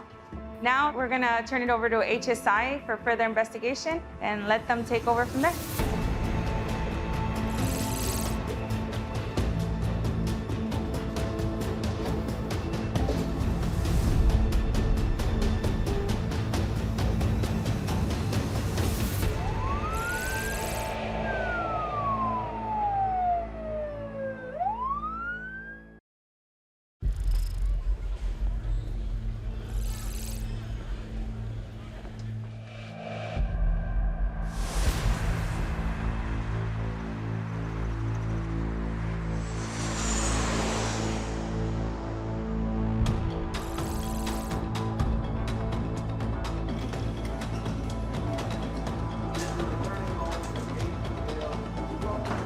Sir, where are you coming from?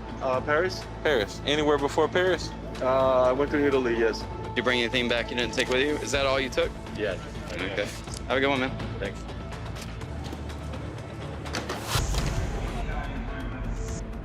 There's a bag here that caught Officer Axon's attention. It's a brand new bag. Let's see who's gonna pick it up. Whenever we have a country of interest, I look for unusual pieces of luggage traveling. A brand new one it will definitely call your attention. So we isolate those pieces of luggage and we conduct further review. Sometimes they get cold feet, but in this case, they picked it up already. Sir, you might do me a favor? You can come have a seat for us, okay? Thank you. Appreciate it.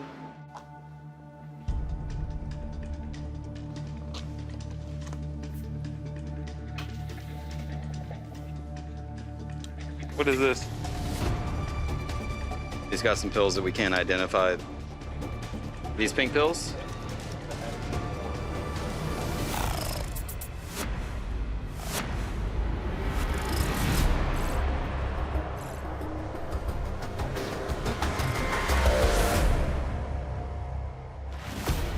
Now, this is supposed to be allergy relief. That's what the bottle says. During the spring break time period, you know, a lot of people are partying, having a good time. So a lot of the party drugs are being used. So we look for those drugs and try to make sure that they're not being allowed to come in the country. Still digging, I found more. He's got brownies. They got marijuana, some leaf on them. Marijuana brownies will confirm that it is. And then he's got some pills that we can't identify that they have. They just don't have markings on them. So we really don't know what they are. So we're going to test those and make sure that they're not controlled substances or anything like that. I have a question for you. What are those pills, the pink ones you have in there? The pink ones are Adderall. So you take Adderall, but you have them in a Benadryl bottle? Benadryl? Yes. Oh, no, that's allergy. There's allergy pills? Yeah. Where are you coming from today? Just came from Amsterdam. How long did you stay there? I was there for a couple of days. And what did you do while you're there? Bike around. The gentleman is all dressed up in pink, everything in his clothing, his accessories all pink. And in this case, the pill is also pink, so it makes us think that it's a party drug. Let's test some of the pills.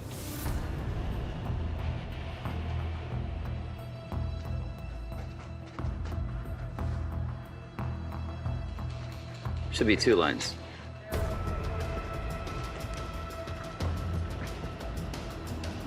Oh, well.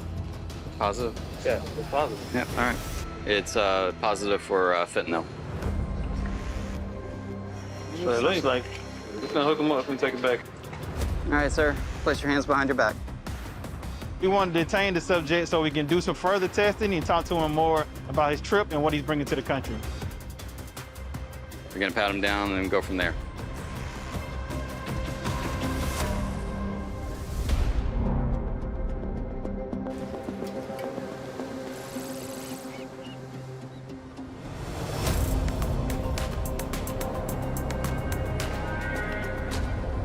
Puerto Rico is a United States territory. In between here and the United States Virgin Islands, you have a run of about 50 nautical miles. As beautiful as it is a high-use corridor for maritime smuggling.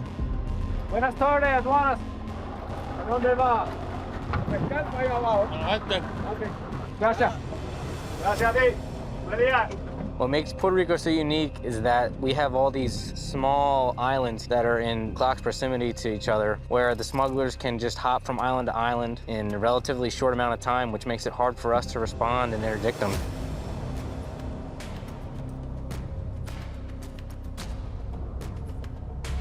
Aduana, ¿cómo está? ¿Han pescado algo? Ok, no está cogiendo carrucho, ¿verdad? No. Ok. Está bien. Yes, sir. We made contact with that target. It was a local fisherman. Everything's good to go. Our main focus here is try to identify vessels that are involved in transnational criminal contraband smuggling, coming from Colombia or Venezuela. And these motherships that are just floating out there waiting to load these local vessels from Puerto Rico with cocaine.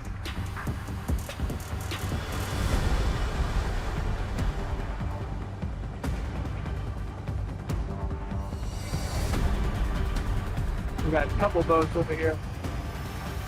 They're smuggling boats, so let's stop them though. Hey, Capitan. El bote está nueva, right?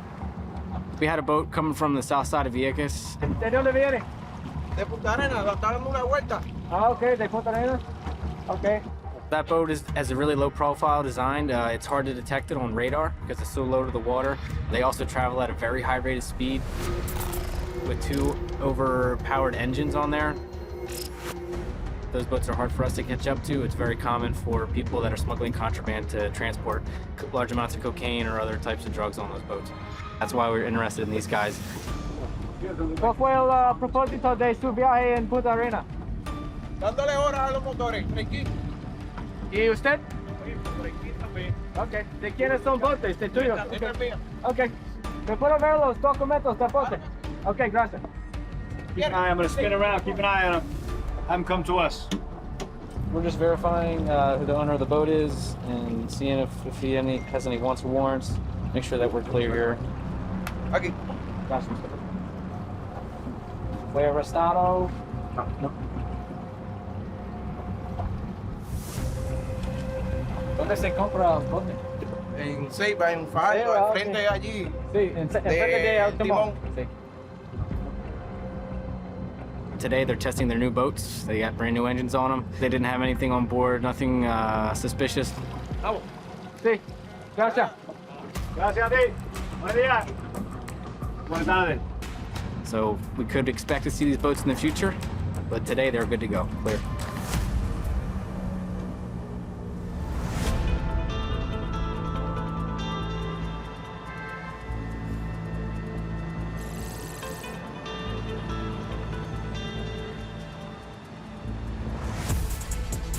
Sir, how you doing? Where you going today? Work? Hi, how are you doing? Good, good. What city are you going to right now? San Diego. Okay, Are you ready the trunk for for me back? real quick in the doors? Here at St. Isidro, anybody could be smuggling because the profile is, you know, people that need money, everybody needs money. Are you from Texas? From Dallas. Dallas, Texas? Okay. All right, thank you for your time.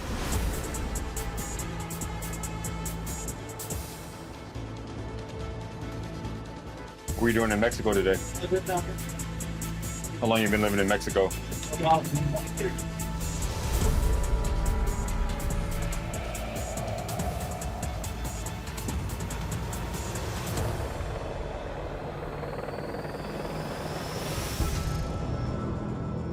San Diego is unique in that we have basically all types of smuggling.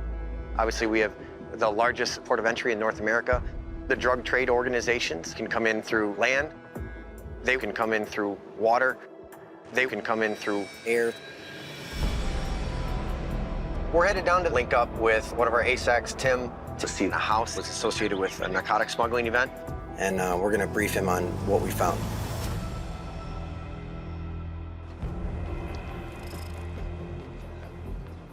Hey, Don Connor, what's going on? I heard you guys hit some narcotics from this house. We landed a vehicle here a couple weeks ago that unloaded 20 keys of coke.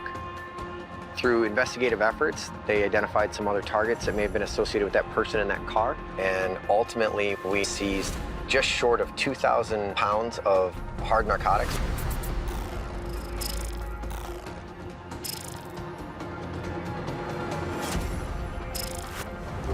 All of these incidents in themselves would have been solid investigations. So when we started tying them together, have led us to a warehouse down by the border. And we realized that this location and that warehouse were not only linked, but were in concert with each other. That must have been crazy to handle that surveillance in that high pressure moment. It's a team effort. We should go over and check out the warehouse.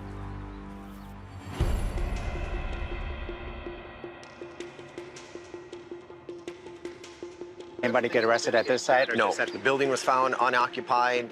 Okay, let's check it out.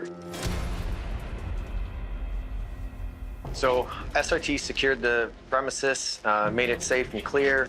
What this place was supposed to be, I'm unsure of, but it appears that they were just using it as junk storage. This was actually covered earlier. There was a pallet over it. Holy crap.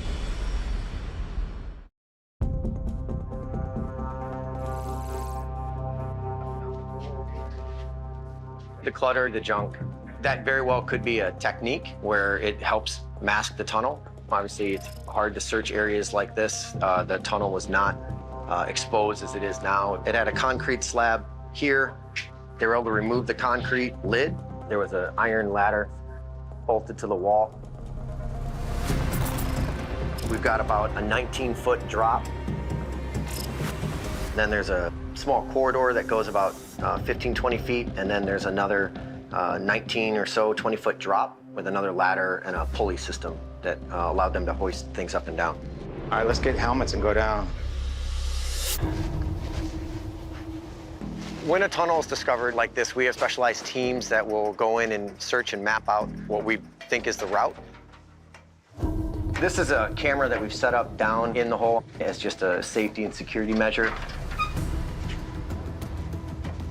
Yeah, it's fairly tight down here.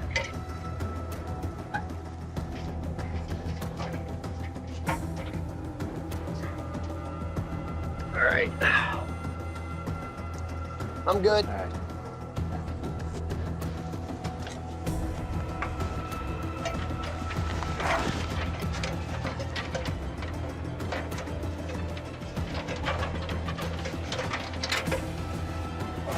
Wow. Yeah. This is a tight tunnel, man. Yeah, it is. And then this is the next drop. Holy crap.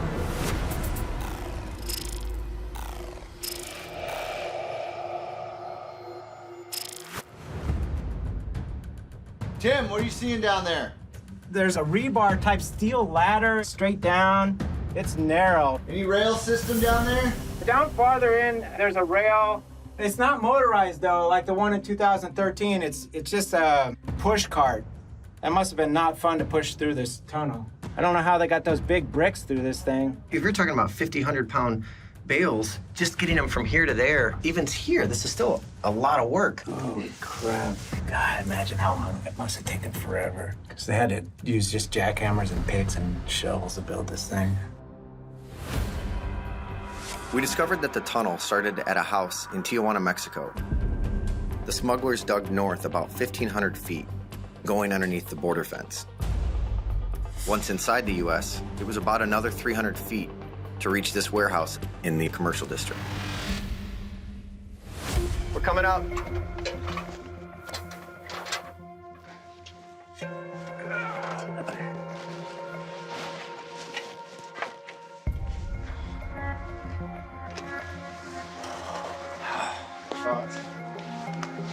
It's cramped. I wouldn't want to work down there. The stash house was most likely the first stop coming out of the tunnel, and then those get broken up and divvied up into smaller loads and get spread wider through the distribution network. It's crazy to see that obviously it's right here, and then the border wall is right there. I mean, it makes sense that they would want to go the shortest distance possible, but it's kind of crazy. And it's so important to shut these down because we've got veins of traffic, but this is an artery, right? Yeah. This is just, they're able to just run as much as they can through at any given time, almost completely undetected. This is a big win for us because we've shut down a major channel for them to get illegal narcotics into the country and poison our streets.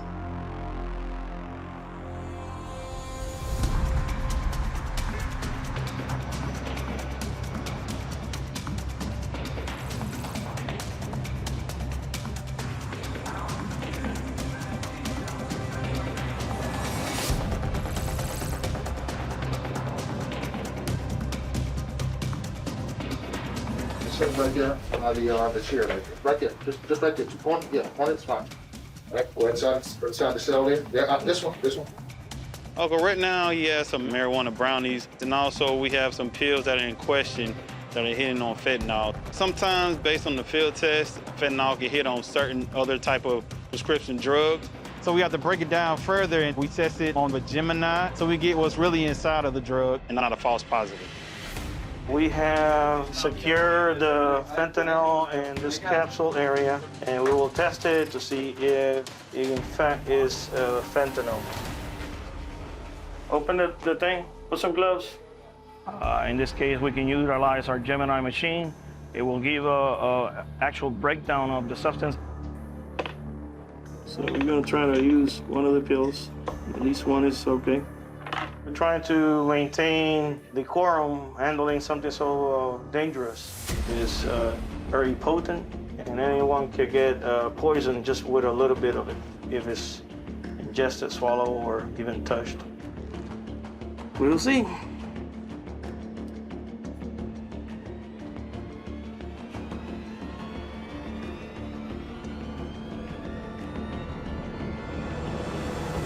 Methylhexymaliate calciohydrophosphate dehydrate. Additional testing that we did on the medication and prescription drugs that we thought possibly having fentanyl, it came back to be a false positive. So today, we just gave the person an administrative penalty of $500 for having the marijuana and the brownies, and then we released them.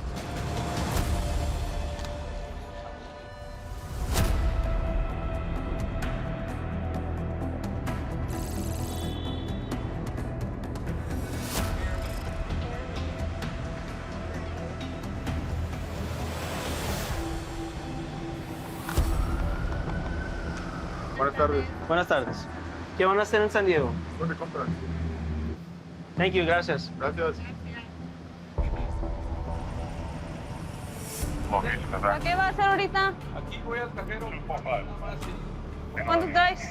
Traigo 120. Ah, aquí está. Buen día, ¿eh?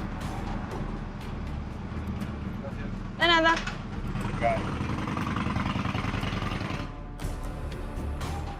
Can I run down your window? It's 2 travelers there for overnight. There was only 1 backpack. K9 assist. Whiskey.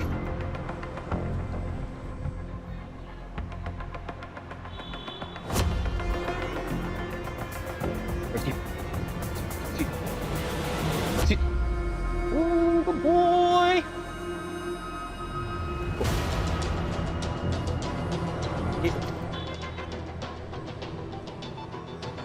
Oh, good boy. Good job.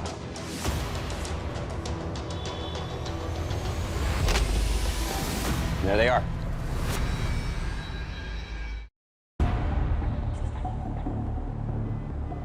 There they are. Plastic wrap packages taped up to the trunk.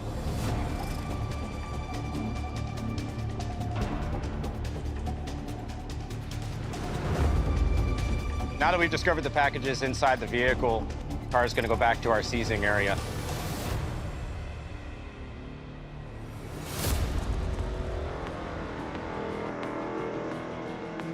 So right now, we have multiple packages located here in the quarter panel. So I'm going to extract these packages.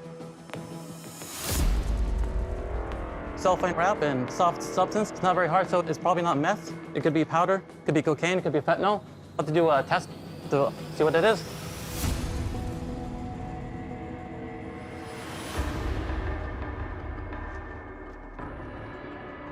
The substance is dark brown and is not necessarily tar looking, but it's very jelly-ish. At this point, it's still undefined of what it is. So we're gonna go ahead and test it.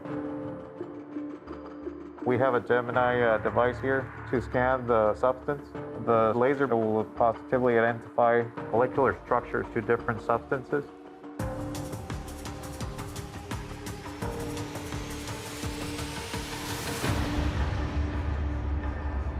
There's no match.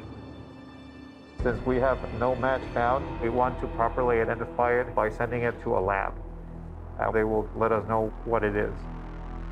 What's going to happen next is we're going to go ahead and remove most of the packages from the vehicle, and we're going to be making a package count at this time.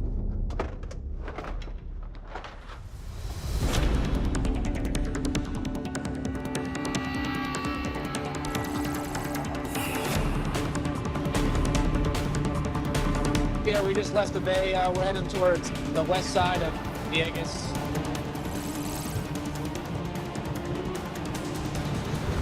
It's a good middle ground for trafficking in the nighttime. This is the easiest access point of drug trafficking before it goes into the United States. They can get over to Culebra, Vieques, and then make it to the mainland. And then from there, it just goes anywhere it wants to. We were watching all next to a larger vessel. Small vessel is actually making way towards you guys. Still has its nav lights on. Hold on. You see the light, right? Port bow, there's a light. All right, 10-4, yeah, I think we have a visual of that guy. Maybe we'll check him out. We'll see where he's heading. All right, let's make contact. Buenas noches. Tijuana. ¿Tú estás solo? Sí, by himself. ¿Habla inglés? No, poquito. ¿Poquito? ¿De dónde viene, capitán? Ah. ¿De dónde viene? Yo soy de aquí, lo que pasa es que estaba pescando en Punta Arena para afuera. Cuando viene de Punta Arena, ¿los luces fue funcionando o no? ¿El qué? ¿Las luces? ¿Cuándo fue? Sí, lo que pasa es que yo la apago y prendo la de navegación. Okay. Está pescando a la noche, necesito su luz a la borde, ¿ok? Okay, gracias. Looks like a local fisherman. I guess from the distance that they thought it was a lights out vessel. Looks like he probably launched his vessel and then once he hit the water, he turned his lights on. So better to check it out, making sure that it's safe than sorry. So looks good to us. Yeah, my sir. All right, we have another lights out vessel. 3.5 nautical miles from Guayana. Still in our AOR. Everybody strapped in? All right, guys, here we go. Good.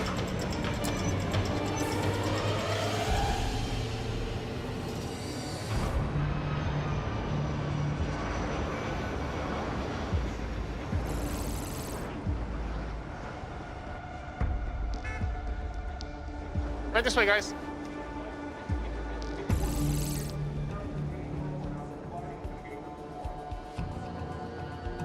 You live in mainland China? Yes. Okay. Do you bring anything from China to the United States? No. You have a good day. Thank you. How you doing? Good. What's the purpose of your trip?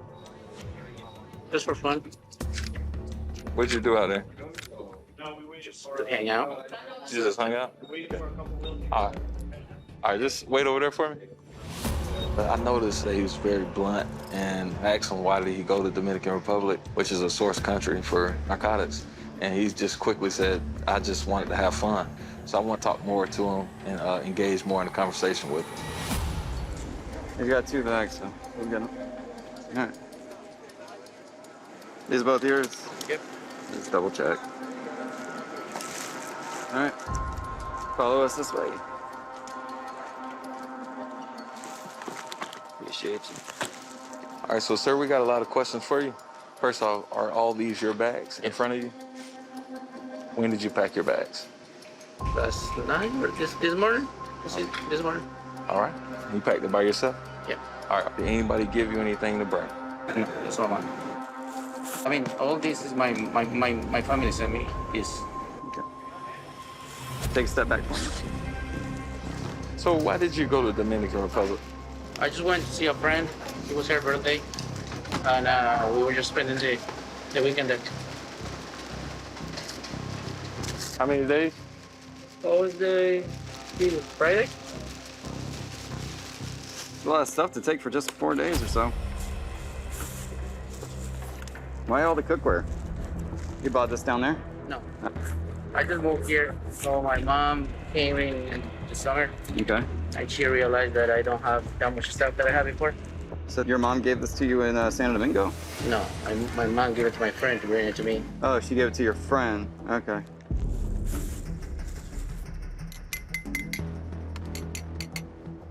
Something spilled. Onion shampoo? Is that for you? It was probably here. As I say that we got to Santo Domingo at night. She had all the stuff in her bag, and we just put everything here. Do you use this shampoo? I don't. You don't use it? No, okay. What's wrong with the shampoo? Not too many people come back with 2 bottles of shampoo when they go on a 4-day trip. It's a good concealment method for hiding narcotics in shampoo bottles. I didn't know about the shampoo. They figure we're not going to get our hands dirty and do a thorough check. Get the Gemini for me. We'll do a test on it.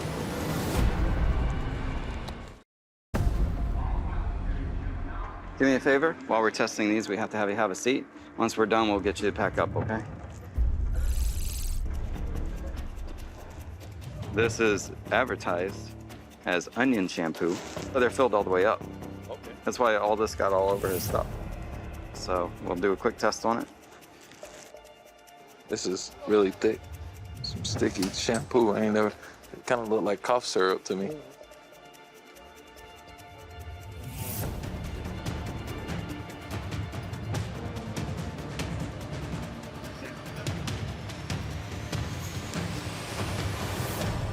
First bottle seems to be fine. We'll take a look at the second. Sometimes they have like several bottles. They have an indicator on one bottle saying this is the one that actually has the stuff in it. The other one will display nothing. They'll think if you search one and it's clear that you won't search the other one, and they'll be free to go. But no, we're gonna search this one too.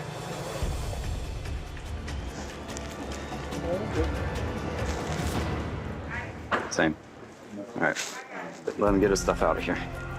It ended up being ammonium sulfide, the stuff they use in shampoo. So it turned out to be what it was. Thank you for your time, okay? Let's go that way. You have a good one, all right?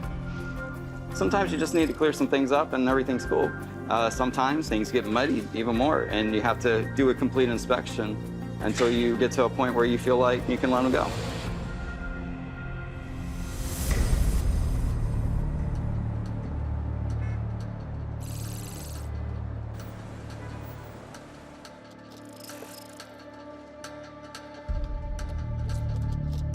There may be packages like this in one spot, but other locations we might find different types of packages. Here we have what looks like meth.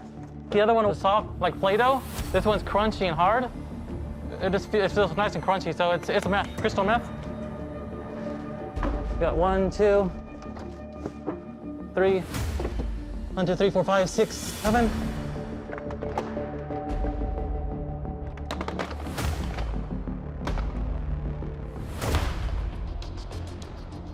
You always gotta practice caution when you're searching people's cars. If it's fentanyl and you accidentally cut the package, you can get it on you and pass out within minutes. Looks like we got this 3 in the door.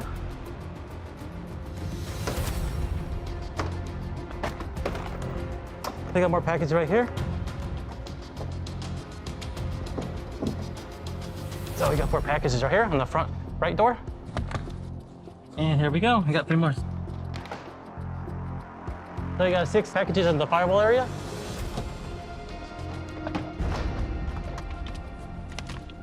There's gonna be like 4 or 5 packages just inside there. When you turn the car apart, you try to rip up as much as you can because you never know where it's at.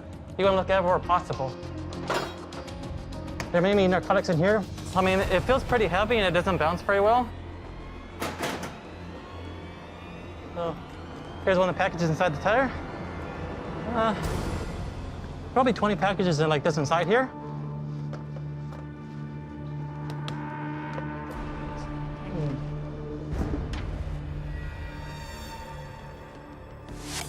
In the beginning, I found some black tar substance in some packages. The results at the beginning were inconclusive, but upon further testing, we found it to be black tar heroin. Upon retrieving all the packages from the vehicle, we found approximately 11 kilograms of black tar heroin,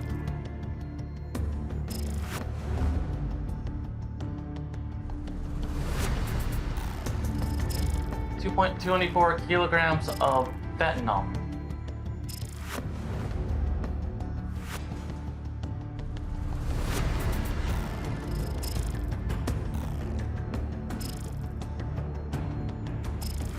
In total, we have 104 packages. It's a good amount for a small car.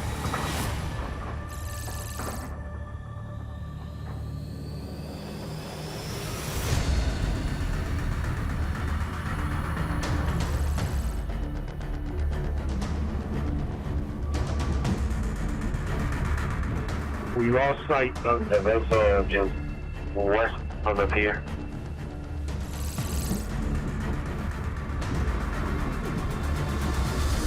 We just got a call out for a lights out vessel. So just the shows don't get too comfortable. You never know when you're gonna get the next call. I'm gonna go to the back and get the shotgun and see and prepare for disabling if possible.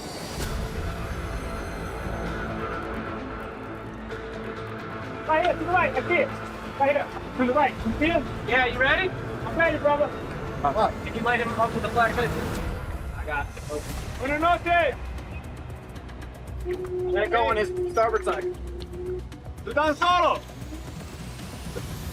I don't see anybody on board. Keep short of the light on it.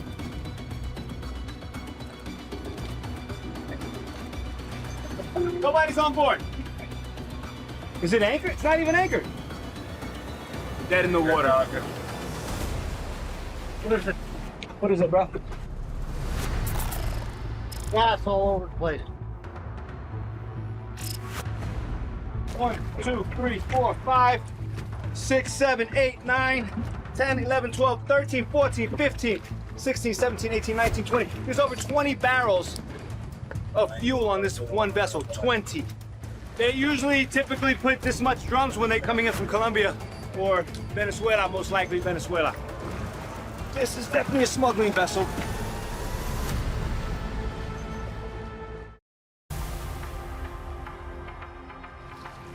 Fuel drums are all empty. So you can't start the engine? No. He's out of fuel, this guy.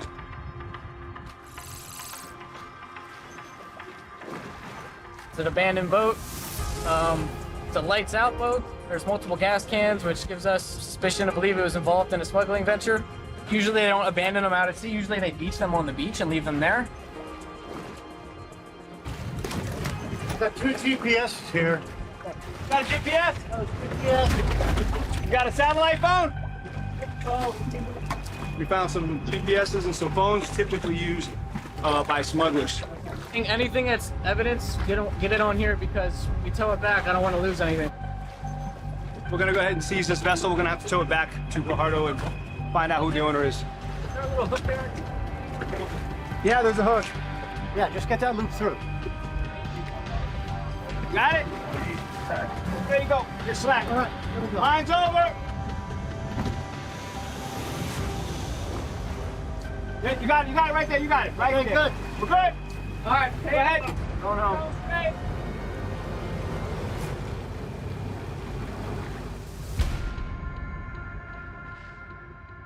This boat, although it seemed like it was abandoned at sea, it more than likely was actually beached on a beach. More than likely the current took it off the beach and it drifted south to the position where we found it. When we seize a vessel, we run a K9.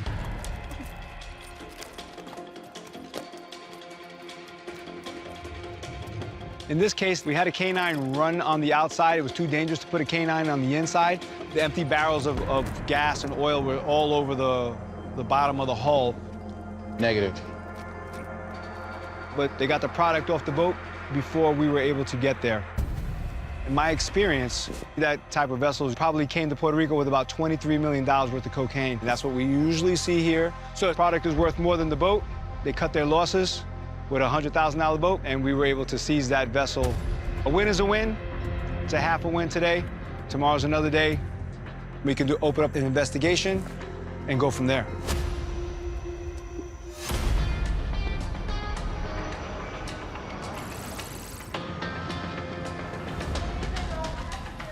Going from Jamaica today? Your passports, please.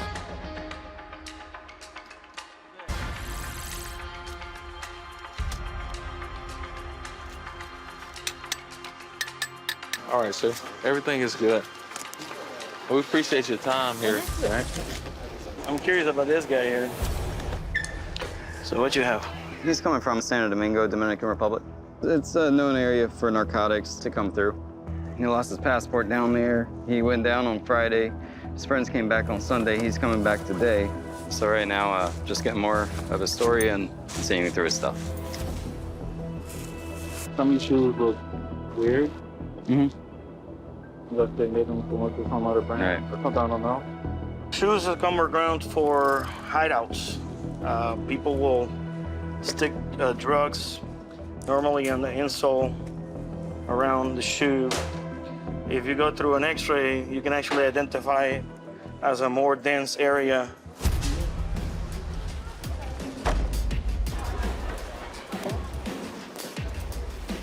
Let's see.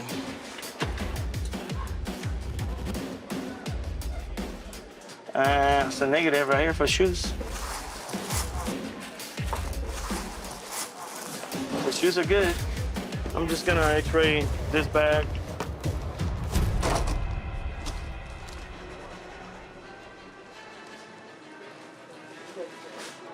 Yeah, this is clear.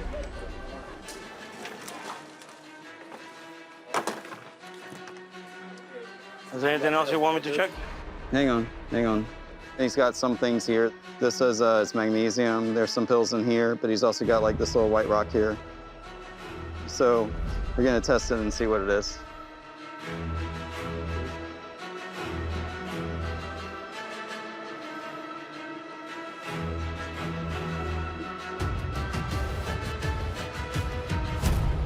Cocaine. Hook him up. All right, sir. Stand up, turn around, place your hands behind your back. You have cocaine, sir. Where? Stand up. Where? Turn around. Don't move, okay? Just because we find a small amount of narcotics in an individual's property, it doesn't mean that that's all they have. You don't stop at just the one thing. You want to be sure that they're not bringing in more just because you get hung up on a small little thing. His travel history looks pretty sketchy. I'm gonna consult the supervisor. All right. Quick question. He had short travel history to Barbados. He had short travel history to Montego Bay. So you think he could be internal? We're going to ask him some additional questions just to see if by chance he would have swallowed narcotics and will be carrying them inside of his stomach. So we're going to see if we want to move forward with possibly taking him to a hospital for a medical examination. How are you? Not good at all.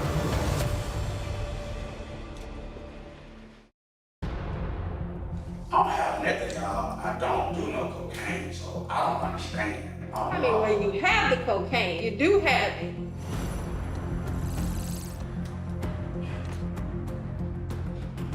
Currently, we have a subject, and during the baggage exam, a small amount of cocaine was discovered. So what was the purpose of your trip down? It was my friend's birthday, and I went at the last minute. I missed my flight. I lost my passport. I got a new passport this morning. You missed your flight. Why? Why'd you miss your flight? Because they wouldn't check my luggage because we got kind of late. Who paid for your ticket? I paid for my ticket. Why'd you pay for it? What you mean? I don't know, you had to think about it. It's on there. So did you pay by credit card? Did you pay by cash? I just went online. How many days in advance? I booked it like a few days before. Do you always book your trips last minute, or do you? I'm both last minute kind of. Why? It just worked out, it just happens like that, no specific reason. Did anyone ask you to bring anything back? No, ma'am, I don't even speak that language. All right, I want you to do me a favor. Yes, Keep your hands on the thing for me. Yes, ma'am. I wanna touch you real quick.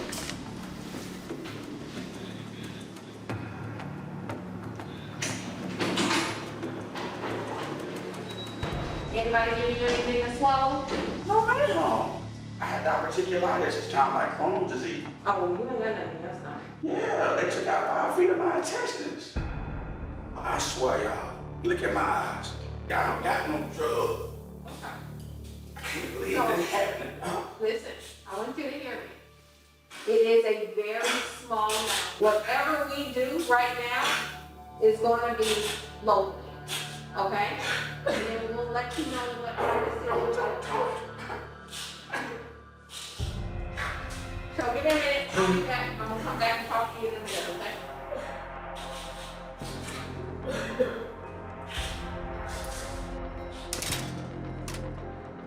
okay? In this case, we verified that the subject was honest. We are a zero tolerance agency. So anytime you bring something in, we do act on the fact that it is a controlled substance and it is illegal to import a controlled substance into the United States. We are going to seize the narcotic, and we issued an administrative penalty of $500. It is very important that you know what is inside of your luggage because you are responsible for whatever you do bring into the United States.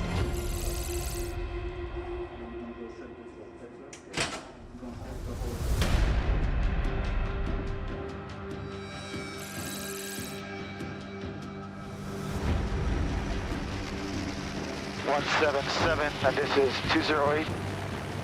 We just got scrambled out to go check on a vessel. You got eyes on that boat? We have eyes.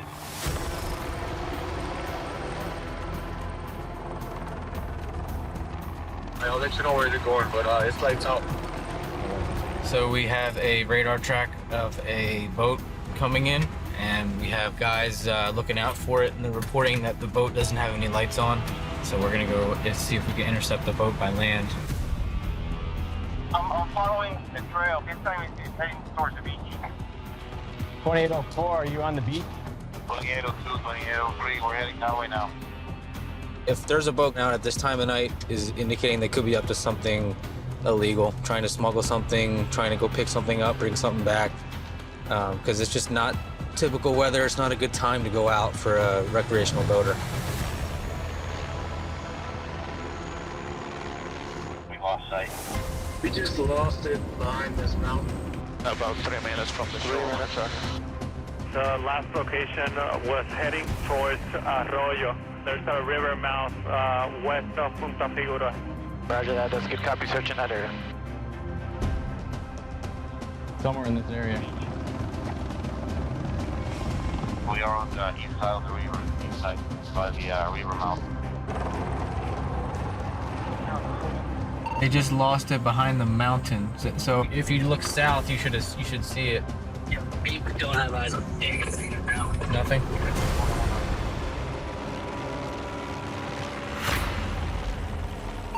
Maybe we spooked them and they pulled out.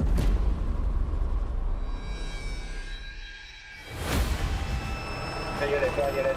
There's a vessel right there. Right. Oh, yeah, I have them inside.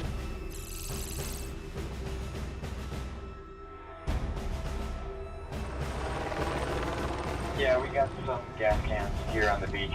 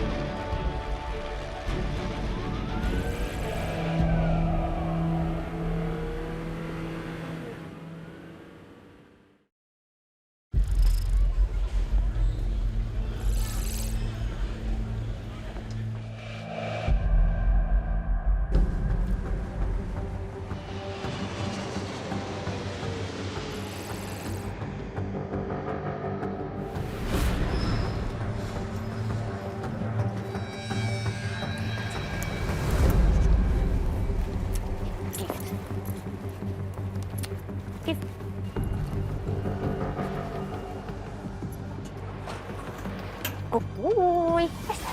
Oh, he's a good boy. Oh, he's a good boy. Billy, Billy, Billy. Officer Horn, my dog alerted in that area on the bottom right. Can you grab a couple of those boxes, specifically the white one? It looks like pills. See what we got here. So.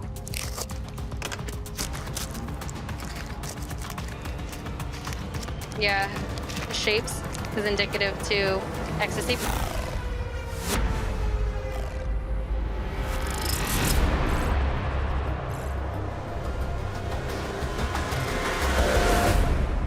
But we're gonna have to test it just to be sure.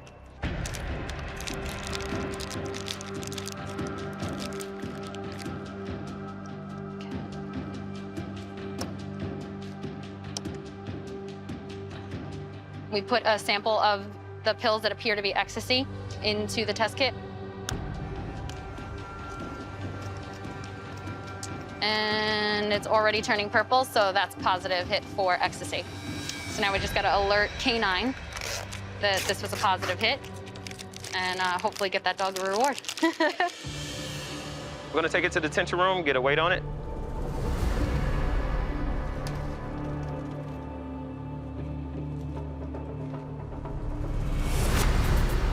So 252 grams of ecstasy.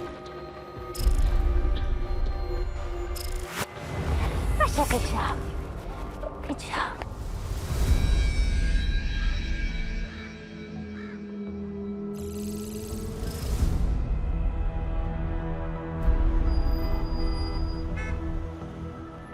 How you doing today? Yeah. Doing well, sir.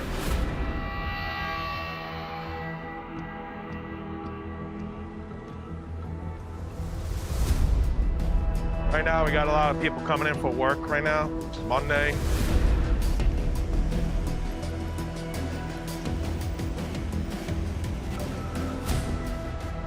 With the pandemic, we would have thought that things would have slowed down, but it seems like business as usual. Gracias. The only difference that it's making is the people that are coming into the United States with the drugs, they're American citizens or people that are here in the United States legally that could go into Mexico and come right back out. Daily crossers, you see them every day, multiple times a day. It's all about the money. And right now, when there's no jobs, this is what they resort to. All right, whose bag is this? Yours. And then this is your stuff, right? Got a kid's lunchbox? Yeah. Well, because we had solvents first. Yeah. Oh, got it. Yeah, that's cool. These are the multiple daily crossers where they come just multiple times a day around this time and in the morning as well. All right, you guys are good to go.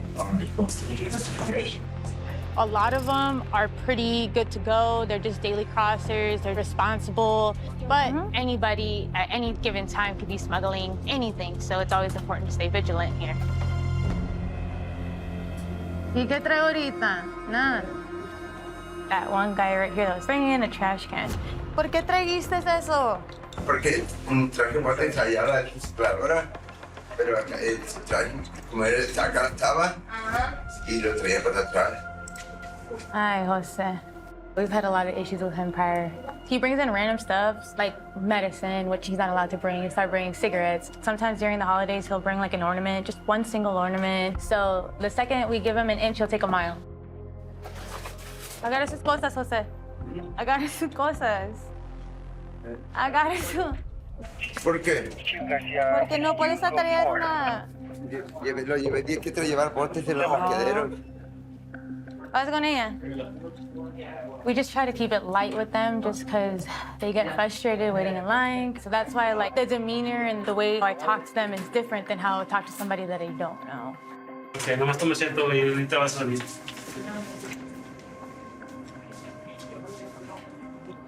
Okay, Jose, no trae nada en sus bolsillos, nada, nada. Saca... Cambié de puerta ahora. All right, you're good to go.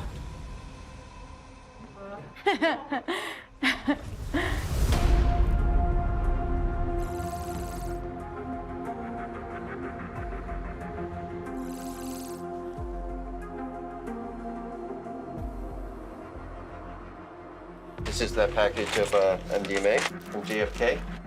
Yeah, this is consistent with the packages we've been seeing all over the United States. Specifically, we've got 3 here in Colorado right now. I've been in touch with other offices, and they're seeing exactly the same packages of similar content, shape, postage. This definitely could be the same vendor or organization shipping across the United States that we're seeing here, guys. A little closer look at the print. What does those look like, Dave? Grenades? Pink grenades. It's a brand that is popular, so they're immediately recognizable by the clientele, but really they don't understand that anyone could be manufacturing this. It's not like it has an FDA certification. What they don't realize is that they're getting things that are made in hotel rooms or trailers, but they trust the shape, the brand, the logo that's on these tablets. This could be a significant organization here that we're looking at. We'll continue to ramp up our investigative efforts to identify possibly who is the source of supply of these tablets and see where we can go from here.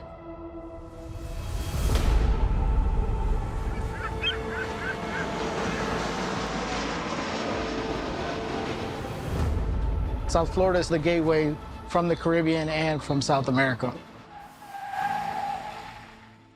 Really, Miami, it used to be the only international airport here, but now that we're getting other airports like Fort Lauderdale, Orlando, and Tampa, we're getting a lot of flights daily.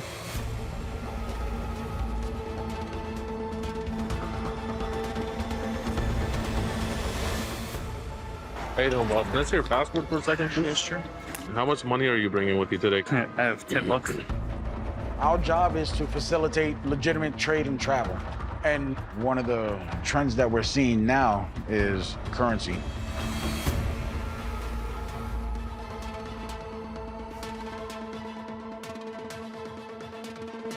¿Y dinero cuánto trae en efectivo? Eso es una pregunta con gobierno o obligatoriamente, porque nunca me habían preguntado. You can bring money in and out of the U.S. in any quantity. If it's over $10,000, you have to declare it. If you're not declaring your currency and evading currency reporting requirements, that money could be drug money, could be linked to firearm sales. So we verify where the money is from and make sure the money's not going to any illicit organizations. Thank you. Have a good day.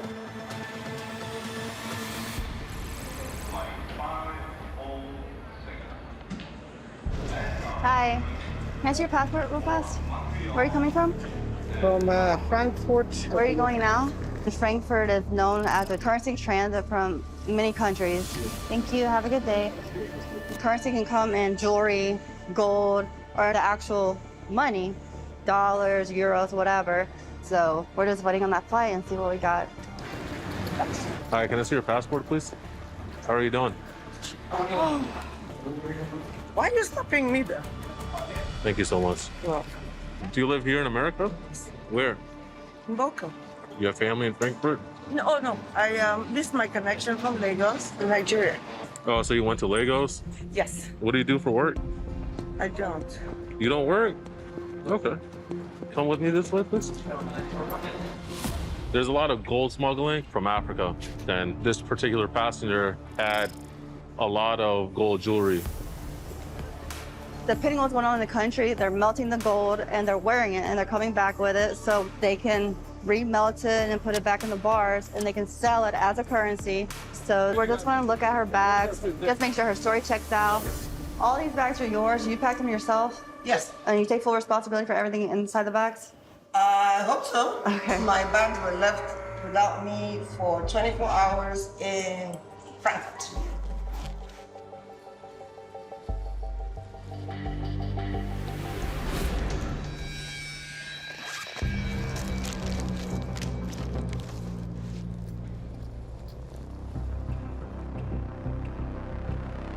A lot of gold and diamonds.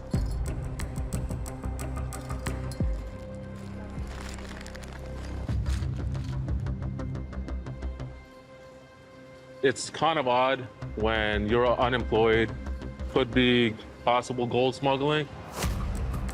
What do you think is the total value of all the jewelry right here? Yeah. A couple of million. Couple of million?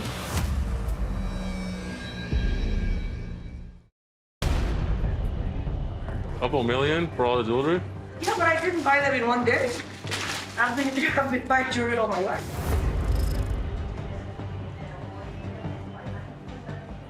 When did you buy it?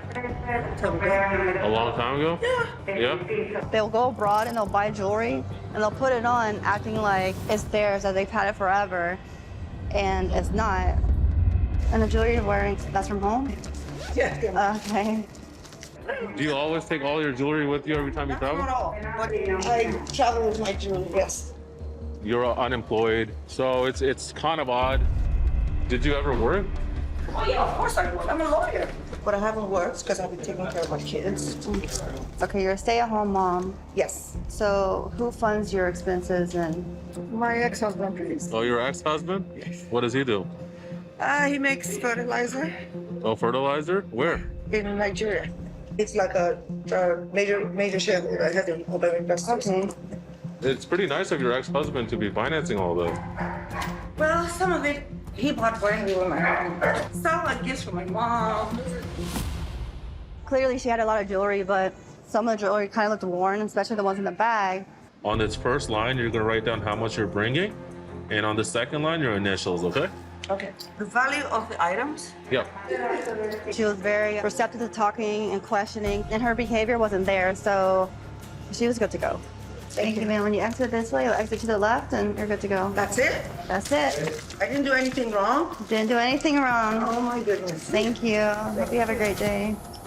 Thanks, yeah.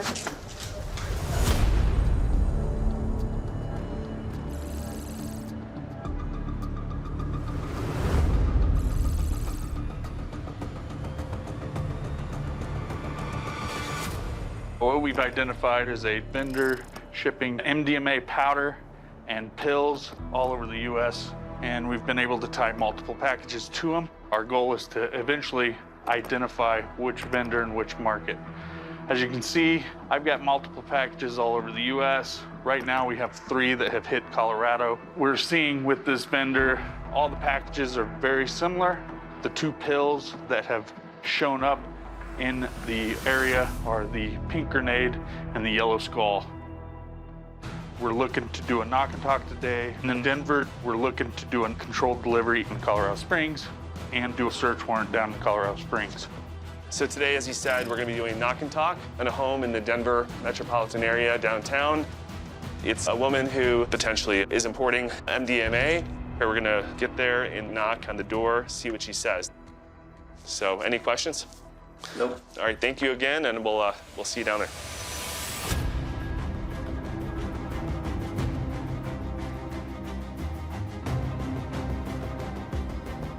We've intercepted 3 parcels, so we're trying and attempting to do simultaneous interviews at all the locations. Just on the off chance that these may be connected, we wouldn't want one person to phone the other one and let them know that law enforcement has them on their radar. If we can get an individual here in our area to assist us with the identification of the person or the location that they've purchased these from, that will help our investigation.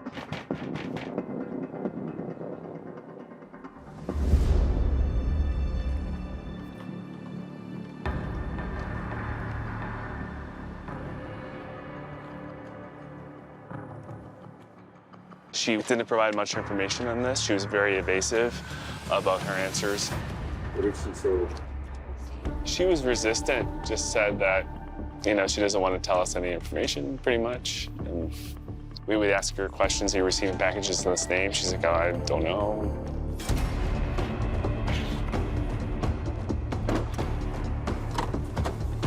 They provided a brief interview, but nothing significant to help us further, our investigation.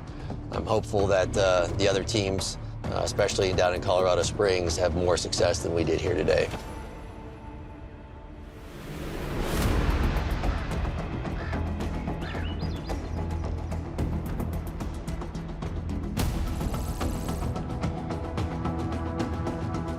¿Fue la última vez que cruzaste?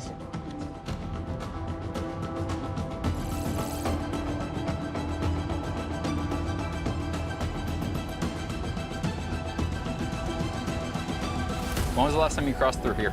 I think 2 weeks ago. 2 weeks ago?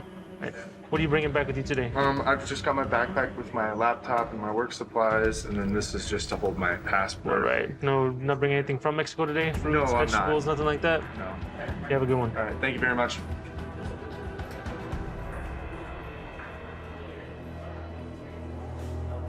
Hello. How's it going? Where are you headed to today? The subject is fidgety and lying, couldn't stay still, kind of looking around. All those are indicators that he's anxious about something. Take 1 step back. 1 step back.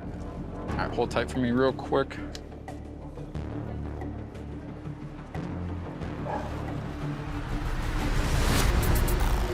The K9 alerted to his shoes. Okay, I'm gonna need you to follow me. We're just gonna do secondary checks and go from there. We're gonna go right over here, okay? I'm gonna go do a pat down. Can you leave your shoes out here, sir? It's right in. Found it? Oh, yes. Some light blue pills. You checked all the pockets, right? Johnson? The officers found 2 little baggies of blue pills in his shoes. So the recent trend is we've been getting a lot of body carriers, and what they are bringing is pill-like substances. And 9 times out of 10, they always test for fentanyl because that is the hot drug that is right now. Did you do something? He admitted to the officers that he was an internal carrier, which means he had a package inside of him. Take him to the hospital. 10-4. They gotta take it. Because if it ruptures, it's gonna make you die. Okay?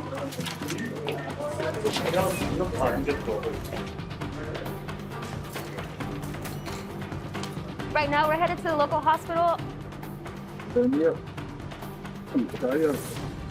The subject did admit that he had narcotics inside of him, so at this point, it's pretty urgent that we get him there.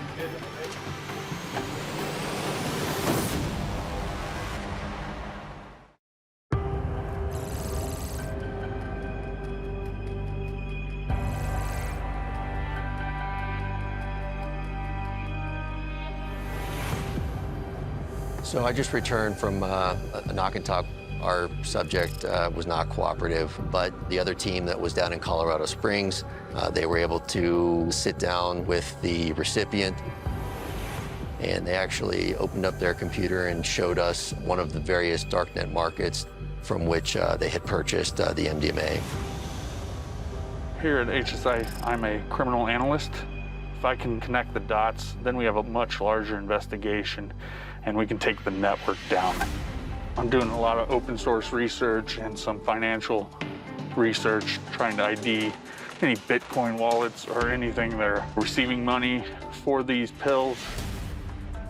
The darknet is a portion of the internet developed to provide people anonymity.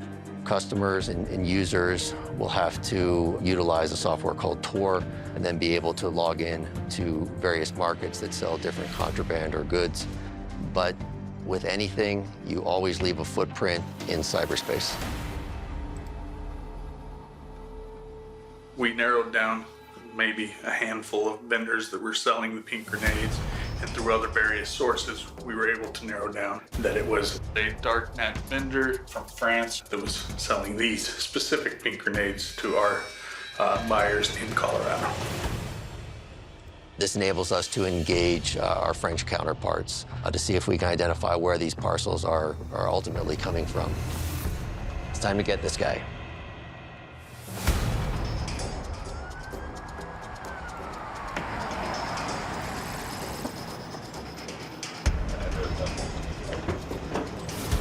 Ready.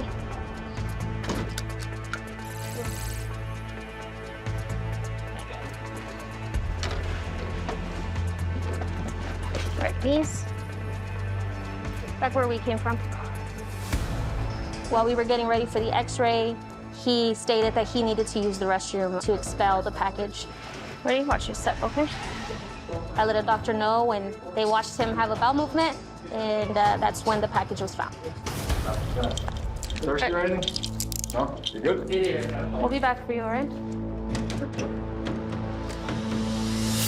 So this is a package that the subject expelled from his rectum. We've been seeing a high trend since the border closed. I think the new trend right now is males. Males internal. For a while it was just females in the vaginal cavity. Now it's turning to males. We're gonna open this up and then we're gonna test it.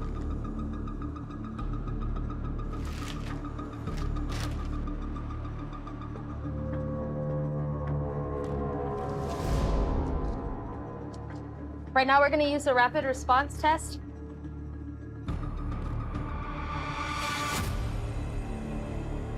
So our test result came back positive for the properties of fentanyl.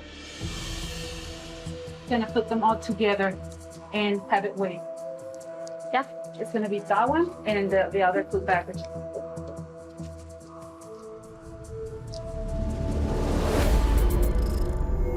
The total weight of the pills was 180 grams.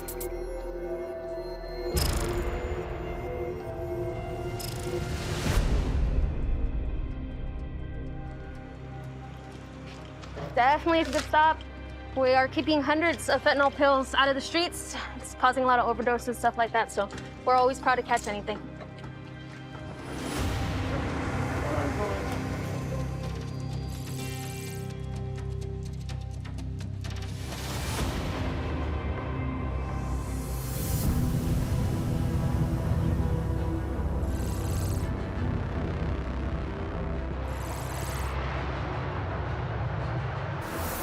We just arrived from Charles de Gaulle. Today's the operation with our French partners, the gendarmerie. We're just heading over for the briefing. Donc ça, c'est le target.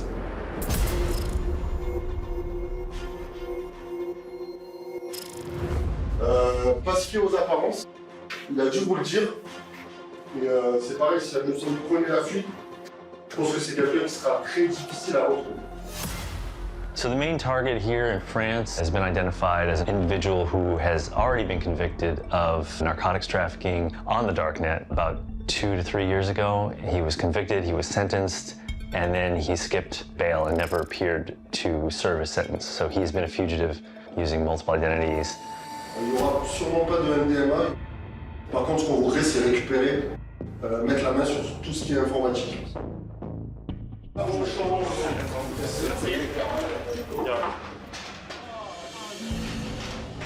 Because the door is reinforced, they can't just breach it because they're worried that the electronics will be erased while they're doing that.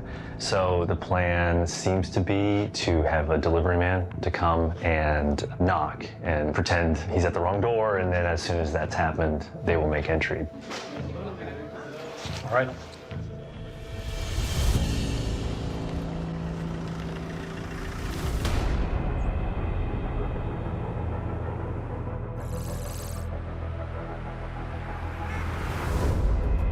Good morning. Two of you traveling together? Okay. And what's the purpose of your travel? Going to a wedding. Hey, okay.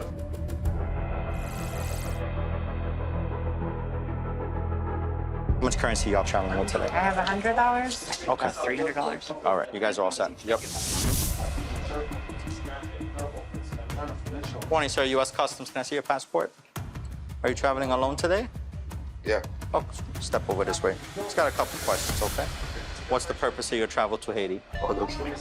To see my family. Oh, okay. How much money are you traveling with today? It's not 10,000. It's not 10,000. No, exactly. How much is it? Like this 7. Okay. I'm gonna have you fill out a form, okay? Okay. Any money you're carrying with you right now, I need you to put it right there on that paper. I'm not sure. Why are you not sure? Because it's not your. Is it your money? It's mine. If you're carrying the currency, it's your responsibility to know how much money you're traveling with, right? Okay. Okay. So write down how much you have on you right now.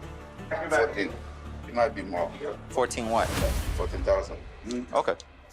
So I'm gonna count your money, okay? Okay. There's different envelopes from different banks. Why? He declared $14,000. However, my suspicions was raised that he was bringing it for other people. Be a little bit more forthcoming. Be a little bit more honest. You need to tell me, is it your money? I'm not sure.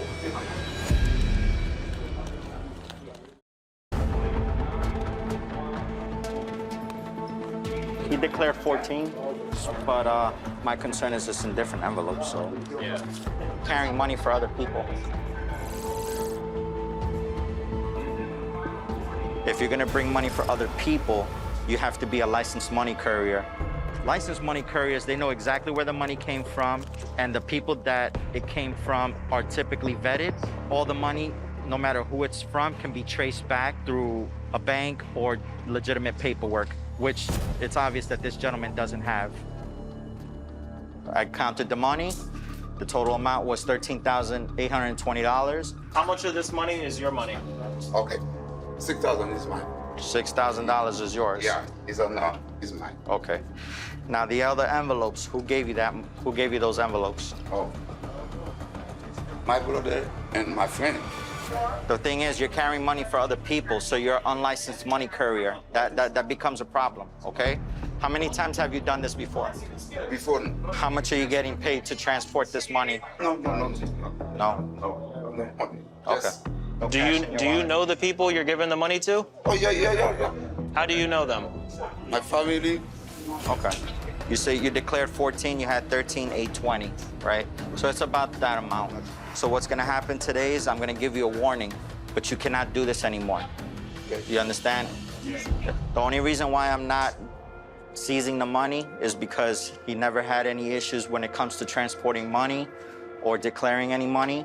So I gave him a warning this time. I gave him his money back. So now you learned something new today, right? You learned that if you're gonna carry money for other people, what are you gonna do? You gotta be a courier, right? That's all. You're all set, sir. Go right ahead. Yep. Take care.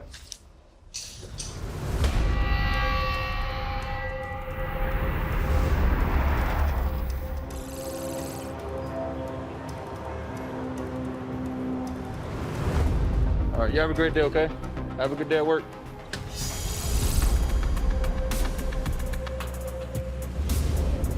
Here we get just as much action in vehicle secondary and vehicle primary lanes as we do in the pedestrian lanes.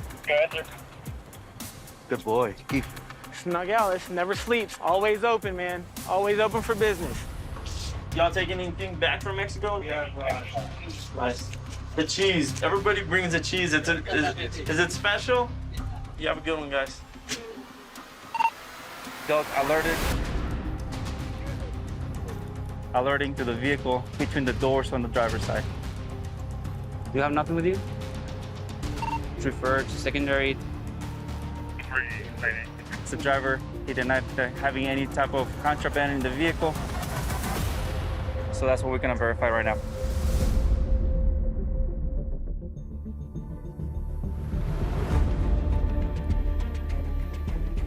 Wait, where is it?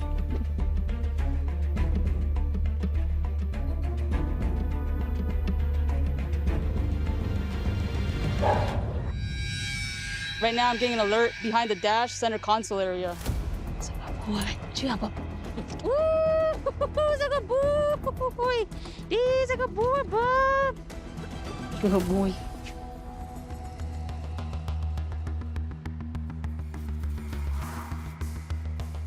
We're gonna start removing this part because this part here, it looks like it was removed before. And then, okay. There you go. There you go. You got packages. It looks like packages wrapped in black tape.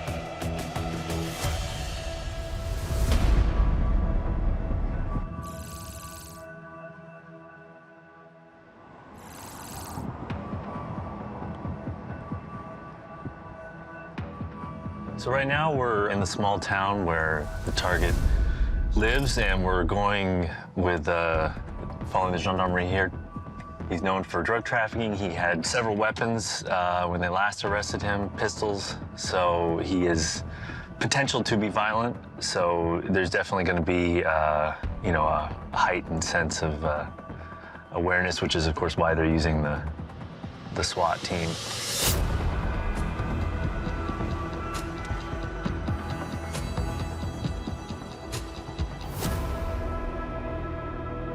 Waiting with Christophe, who is the lead investigator for the gendarmerie. We know we need the information that are present on the computers, or the data, and we don't want him to trash or harm or just throw the computers and log them. So we want to make sure we have the best chances to surprise him.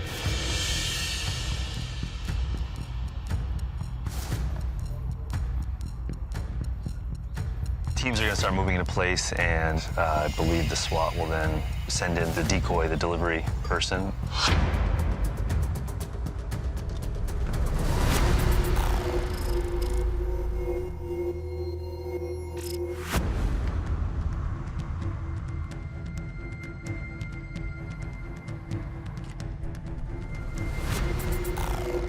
Slow roll to the house.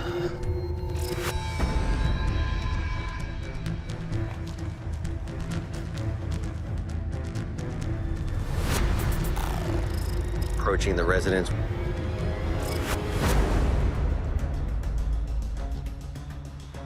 Said the tactical team is getting ready.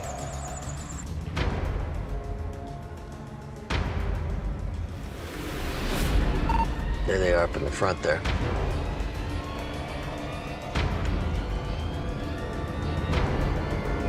Good to go.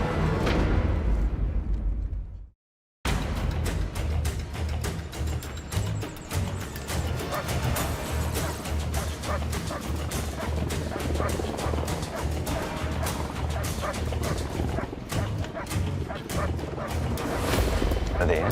Yeah. They be home. Okay. Looks like he's trying to get out of the roof. Yeah, I see it. There he is. Okay. They've got him. Oh, they got him. Yeah.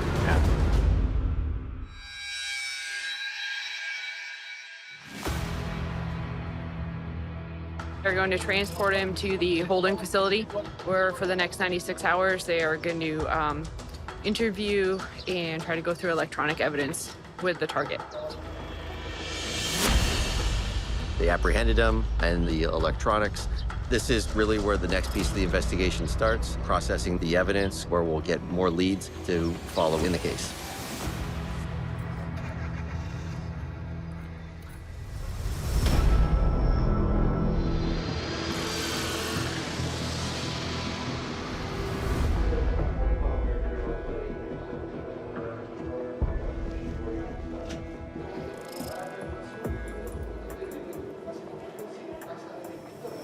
¿Cuánto tiempo va a quedar en Cuba?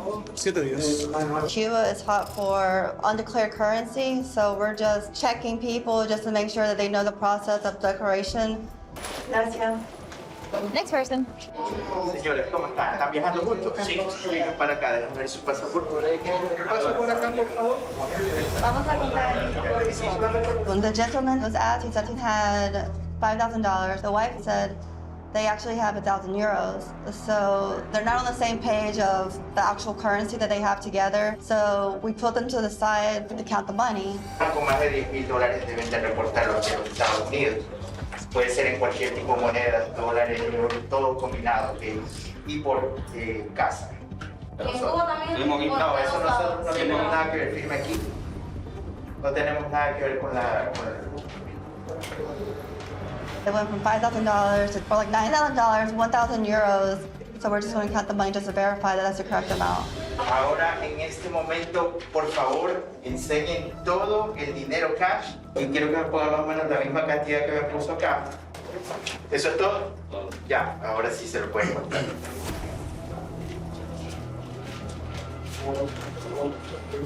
Need the note? What? 10 or 100? 10 or 100.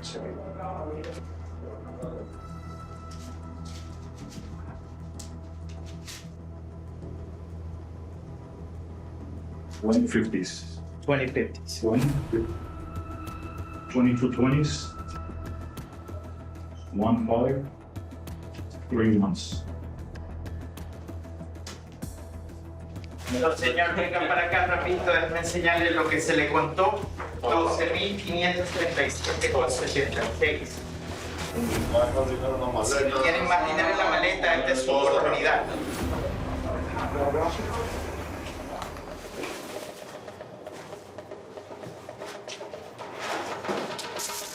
¿Son nuevos?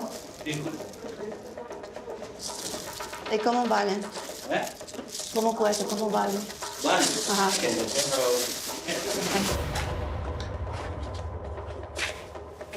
They're fine. Vamos a hacer una corrección aquí, me va a hacer una raya aquí y una raya acá. So in total, it's about $12,000. So basically, they have to amend the declaration, and they're fine. They're good to go.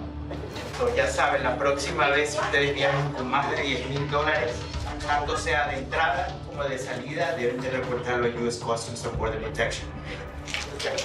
Pasen muy bien, ok, gracias por su tiempo, ok, que tengan buen viaje.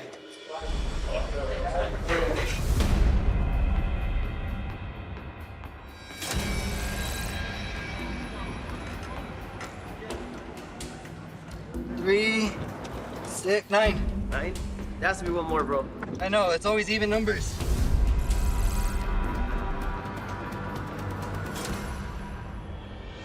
So far, this definitely looks like contraband for us. So we're gonna look for everything, the car, to see if there's more somewhere else.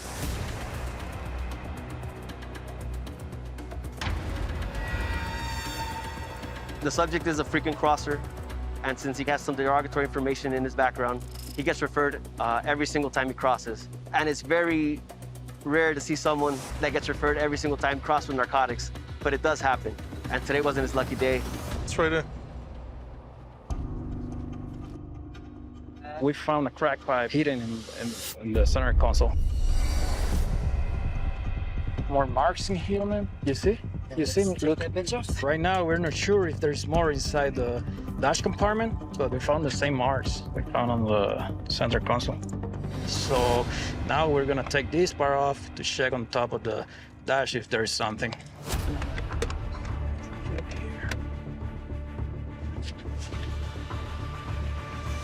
All this?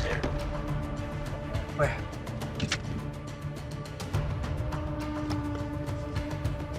Nope. Nope. I can look here. So we discovered 9 packages in the vehicle. They're different sizes. Normally, when they're wrapped like this, it could either be meth. It could also be fentanyl pills, which has been really common here at the Port of Nogales. And we'll pack them up right now, and we'll get them tested, find out what they are.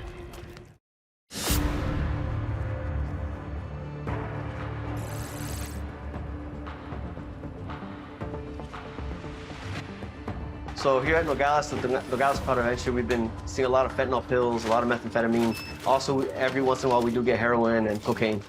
But right now, the way that these packages are wrapped, it looks like possible meth. Okay, so now we're just gonna open one of the first packages. Depending what we see, determines the test we're gonna be using. And then from the initial, it looks like they're blue pills. So these are possibly fentanyl pills. This is our rapid response test for fentanyl. I'm gonna extract the pill from the package. I'm gonna swab it with the solution. And then using a test strip, it's gonna determine whether it is fentanyl, if it's positive for fentanyl or not. It'll give you 1 line if it's positive, it'll give you 2 lines if it's negative. It's a red line that's gonna come out. So that red line right there. The first package we just popped open right now, it's positive for fentanyl. So the next steps right now, we'll open some packages, make sure that they're the same contents or different. If it's different, we'll test it with a different type of test. So right now, in the opening, we just see that it looks exactly the same like the first package, so we can assume that it's the same kind of narcotic.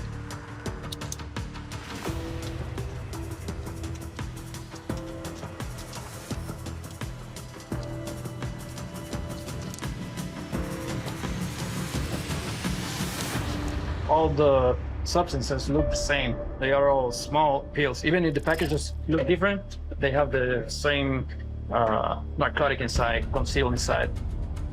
Now we need to weigh them to see how much narcotics we have. 1.86 kilograms. It was a good day whenever you're able to seize any type of narcotic. The further it leaves Nogales, the more pricier it gets. So it's always a good day when we take these narcotics out of the streets. Here in CBP, it's a team effort. We used a lot of different tools today. We had our primary officers, we had our K9s. We also had different other methods of search. And with the use of all that, we're able to secure some narcotics today.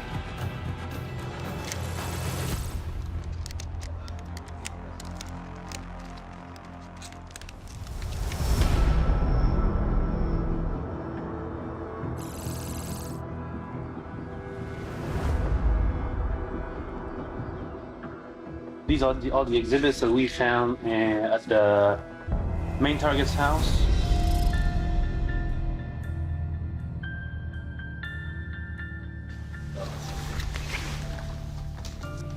These are all the fake documents with his face.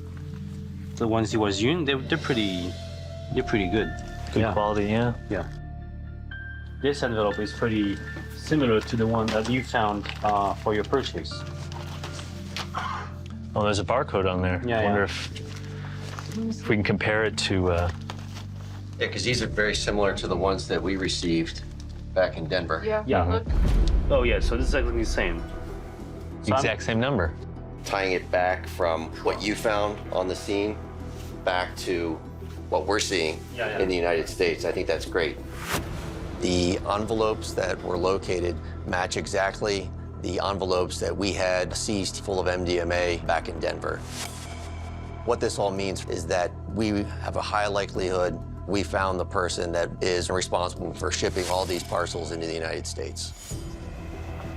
What do you estimate as the total number of kilograms of drugs this organization shipped? This branch, for sure, up to 500 kilos. 46 countries involved. The lowest estimation would be $8 million. The subject is currently meeting with his lawyer and will be brought forth in front of a judge to go through the French judicial process. We'll continue to work with the gendarmerie going through the evidence that was collected, see if there's additional leads that we can follow going back to the United States. This is great. I mean, has all the pieces that we need to put it all together. It's not like we're missing much. Working with our 86 HSI offices in 55 different countries really stretches the reach of HSI to truly affect transnational organized crime and stem the flow of this contraband coming into the United States.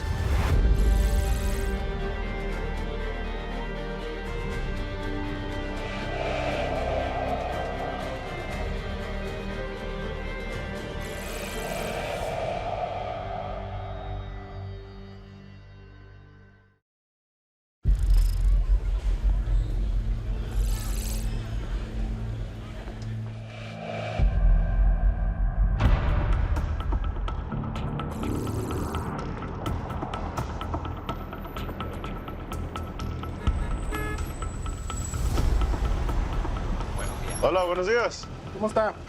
Buenos días. ¿Dónde está trabajando? Soy Uber. Uber. Ah, ok. ¿Usa este vehículo para el trabajo? Sí. Sí. Ah, ok. No frutas, verduras, alcohol, tabaco, nada de eso, ¿verdad? Gracias, señor. Que le da bien, Dale.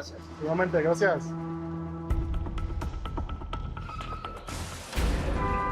What up?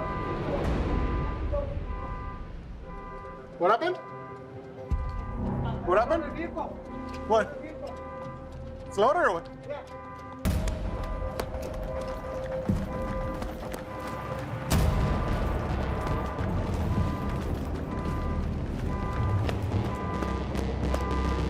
Got a positive on pre-primary. Positive on pre-primary. Yeah, 4 route. Right there.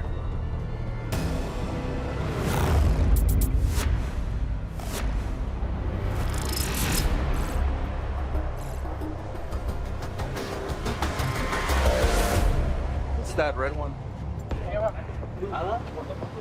So every day here at the bridge, we do see fender benders. We do see cars bumping into each other. But I don't think I've ever seen a car hit another car, and when we get there, the bundles are right there. He got nervous probably, or just wasn't paying attention. That's who knows? Yeah. Who knows what happened? That's how it happens. Sometimes it's just dumb luck. It's just dumb luck.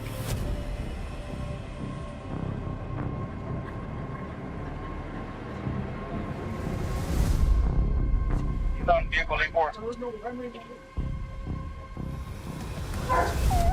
So there it is. There's our K9 positive alert. So that's another confirmation. We haven't actually tested the substance yet, but from our experience and from what we've seen here at the Estado Port of Entry, I would say it's probably methamphetamine. Get this car in secondary and make sure they're okay. If you need EMS, we'll call EMS. The driver, he's already inside in a secure location. So right now we're having an officer go ahead and drive it in.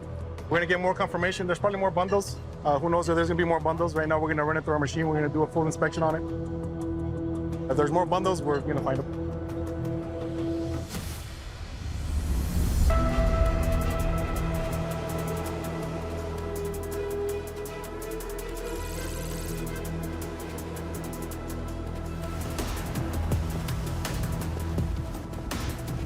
Puerto Rico is a commonwealth of the U.S. It's all considered United States territory. You go east, you start going into the United States Virgin Islands, British Virgin Islands, and so forth. Be advised, we're going to be doing some training out here in the Bay. There's a lot of transit between the islands, so there's a lot of vessels moving across international borders.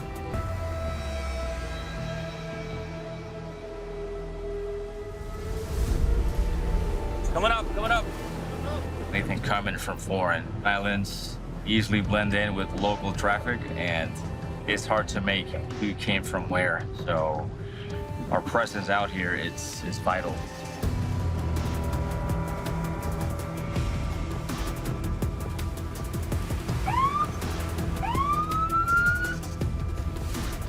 Much costume. How you guys doing today? Doing good. Where are you coming from? St. Croix.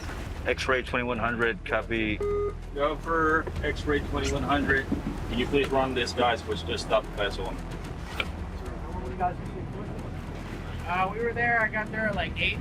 Hung out there at the beach for the day, got some lunch, and we're coming back now. It's gonna take a couple minutes to get and look around.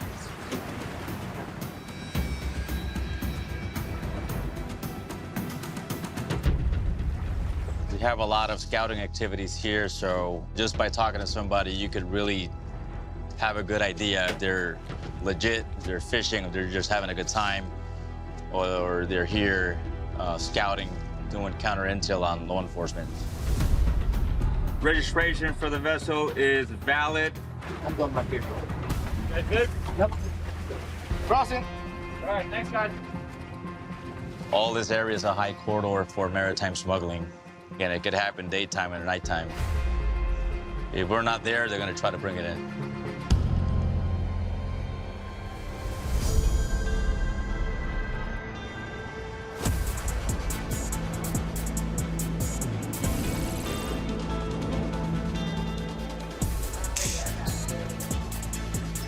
How you doing, boss? Passport?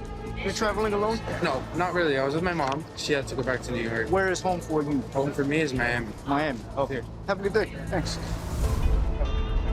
Hey, how y'all doing? You have your passport on you. What's the purpose of your trip today? We're just trying to go to the beaches. To the beaches? Have a good one. Welcome. That's it. Miami's a transit port from South American countries, from the Caribbean. A lot of travelers come into Miami to party, to go to the beach, South Beach, Ocean Drive, spend some money.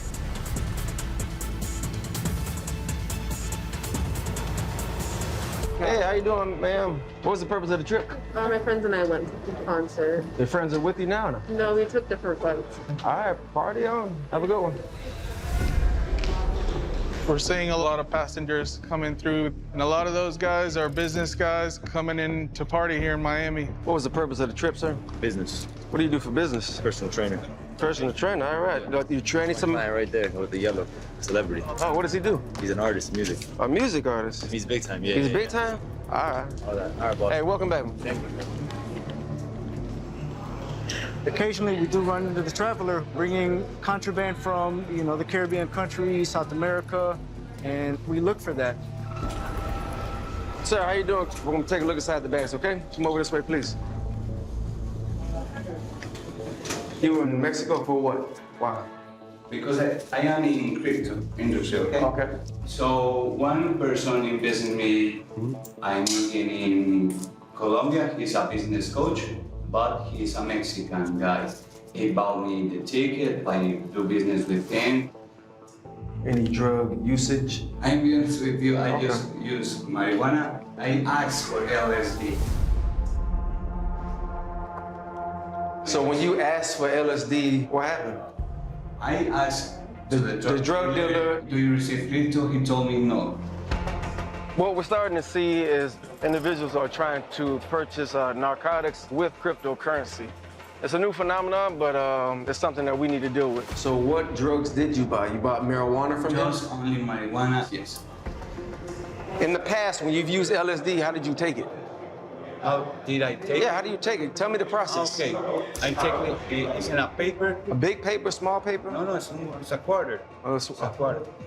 And mix it with alcohol and drink. And you drink it? Yeah. Small little paper. Do you know that's how they sell them now, the small little papers? I guess so. More or less? I guess so. So obviously now we're looking for small little papers, okay? Now you have a lot of papers. I just want you to understand, we're looking for LSD now, sure. Okay? We're gonna go to another room and do another inspection, so follow us, okay? You good? Yeah. Persons who are bringing in narcotics for recreational usage can either receive a fine up into imprisonment if they are bringing in narcotics into the United States. All right, so you want to put your bag right here for me, please? Yeah. Step aside. Take out the jacket, the hat. Yeah. Take everything out of your pockets.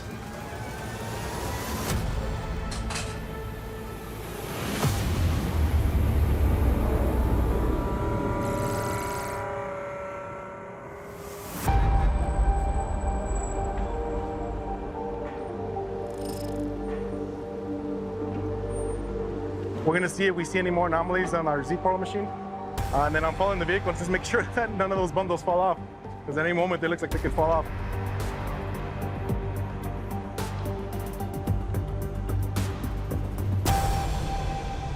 We ran it through our Z-Pro machine. They were able to tell us we had more anomalies. Okay, so right now I'm opening the hood. Just gonna start to, it looks like it's stuck already because of the crash. So let me see if I can get the hood open.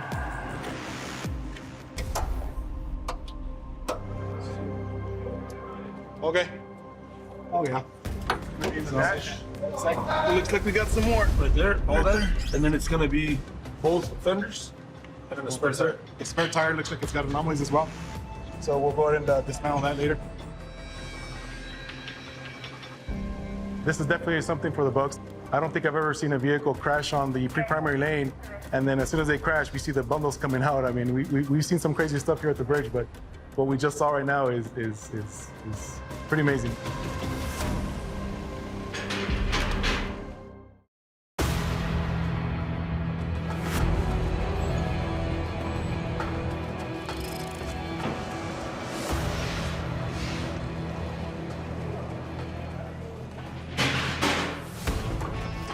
You can open this up and you see this, you're not going to be able to see the bundle. Because this isn't normal. So it's just blocking it. No. This right here isn't normal. Who knows where this came from? But what they do is that they put this here to cover the bundles so we can't see them, we can't get to them.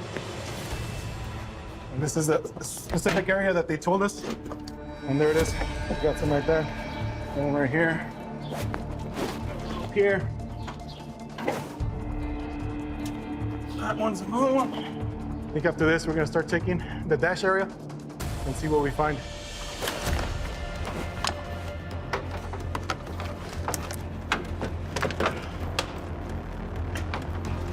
There's some package. They'll put them wherever they can, and if they fit, they'll squeeze them in there. Why not?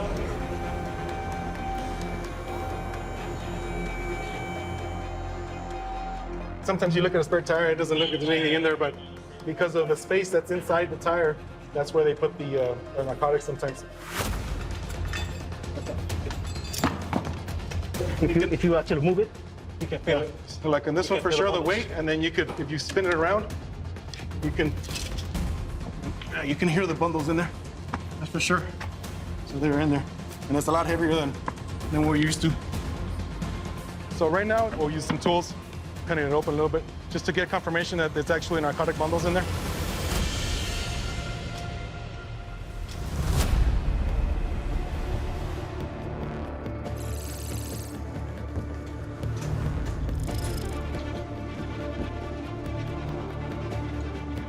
Hey, get another test kit and test the paper. Cut this out. Looking at this notebook that could be potentially LSD. It's too many of these pictures. Too much of something is usually something. It's usually out of the ordinary when someone brings large quantities of something. For example, large quantities of shampoo bottles, large quantity of notebooks.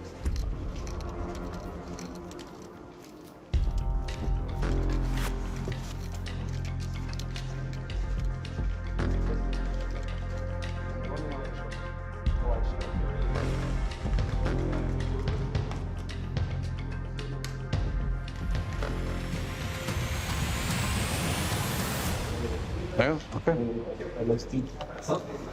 All right, let's move then.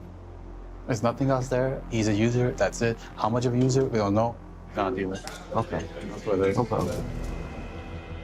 Basically, we didn't find anything on him, and he didn't have any drugs or narcotics upon his entry into the United States, so he was cleared to go.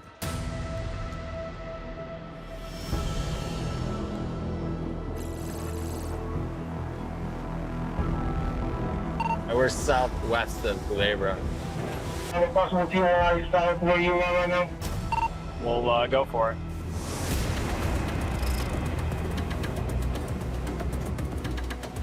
We're gonna go check a boat that's south of PR. We got some information that there's a vessel out there, so we're gonna go see what it is. You see it right there?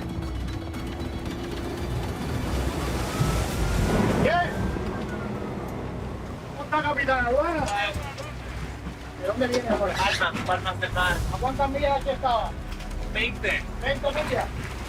Ok, ¿quieres la registración de foto, por favor? The bad guys are very creative. Sometimes they pretend to be fishing out there when they're doing bad things. It doesn't matter, we got fishing poles or everything, we still gotta check. You catch anything? Do they keep it in the marina or the slip? ¿Ustedes lo mantienen en la marina, el bote o en una casa? Casa. ¿Una casa? No, ya. Wow. House? We'll check in that real quick. Capitán, permiso, el caballero, ¿tiene ID? ¿Dónde está el ID del caballero? Yeah, can you run the guys for us?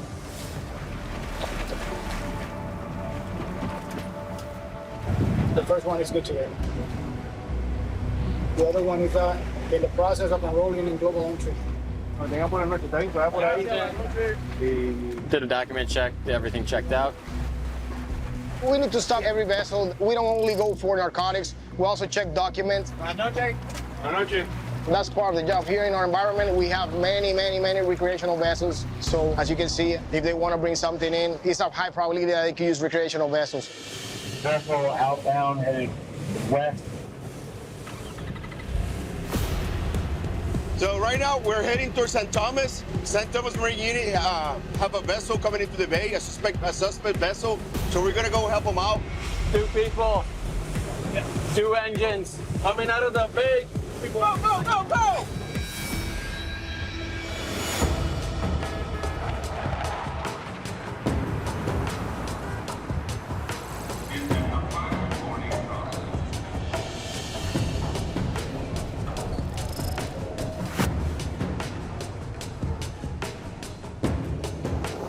How you doing, sir? Passport, please? Yeah, I'm good.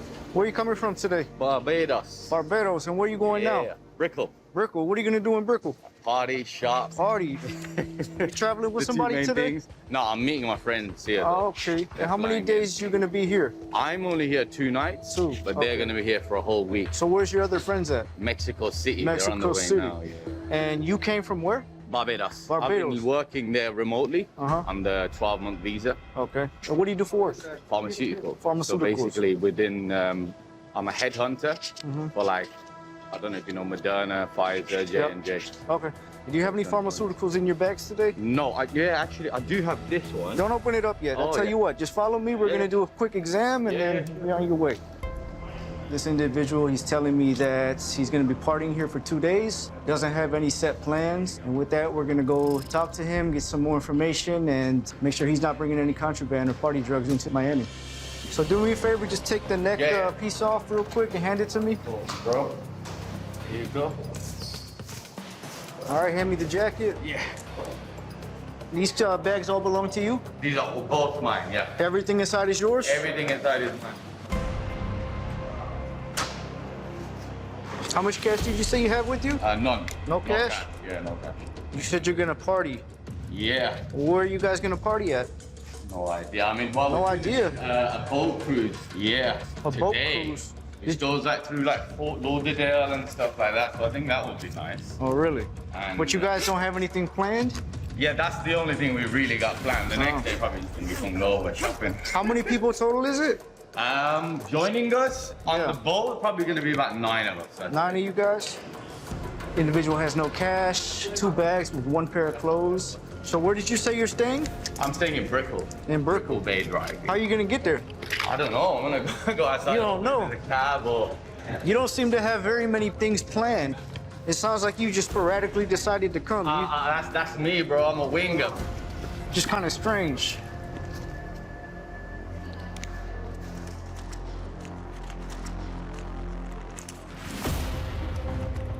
You have more of this? No. It was. It's not like that.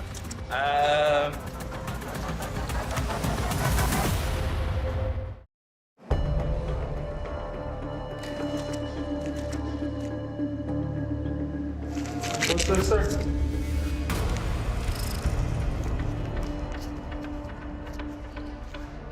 That's one of my medication, but it's labeled. It's over the counter? All right. After examining the individual's bags, no cash, traveling with very little clothing, coming here to party for 2 days with 9 friends, led me to believe he possibly could have had some contraband on his body. Okay, do me a favor, grab everything. Yeah. We have to pat you down and make sure you don't have any contraband on you, all right? All good. Just come around this way.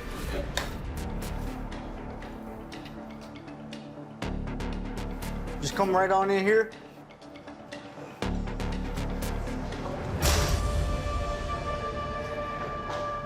During the pat-down, there was no findings on the individual of any concealed contraband, any party drugs, so the individual is free to go. You're good to go. Cheers, man.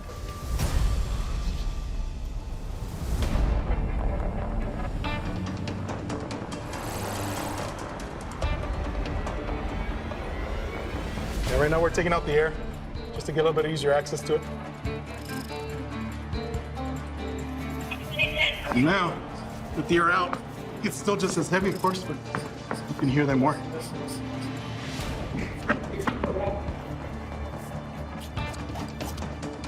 You can kind of already see right there, there's a little bit.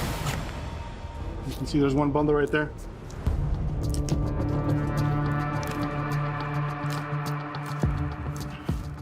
This is a little bit bigger bundle than the ones we saw earlier.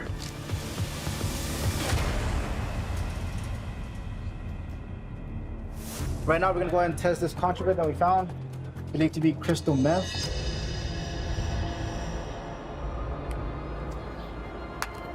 So we're looking for brown in color. Once it turns brown.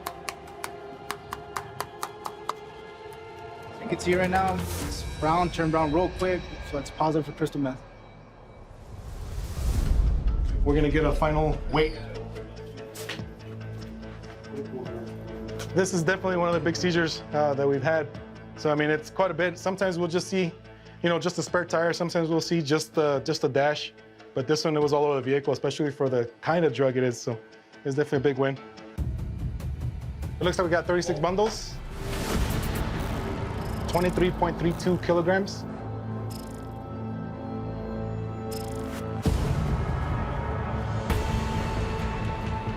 Definitely a good seizure today. We got methamphetamine off the streets. Me being a parent, I don't want that going to my kids. I don't want that going to my schools. So one of the major reasons why I do this job, I love taking meth, coke, all those hard narcotics off the streets.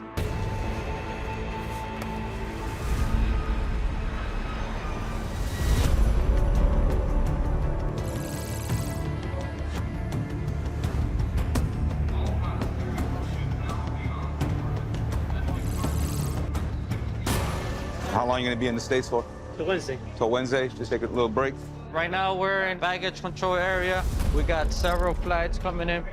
So instead of chasing them, we're just gonna pick a strategic position, which is here with the funnel. And we're gonna select the best that we can so we could get a seizure today. We're seeing a lot of different type of drugs, narcotics coming in, 2C, ketamine, things of that nature. So we got to change with the times.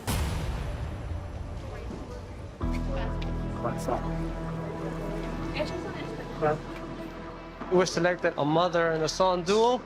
We liked it based on behavior and travel story. They only have 2 small bags, so we're gonna double check now the luggage, see what we find. Everything inside the bags belongs to you? Yeah. Everything is yours? Yeah. Okay. You pack this bag yourself? Yeah. Okay.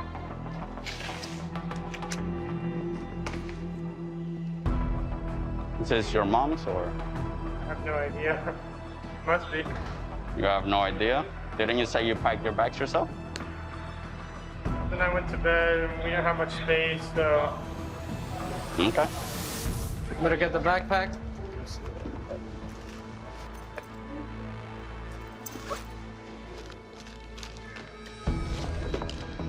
What do you use these for? Sleep. Smells funky. Magnesium. You know, we've seen it where people take out the medication and then they put illegal things.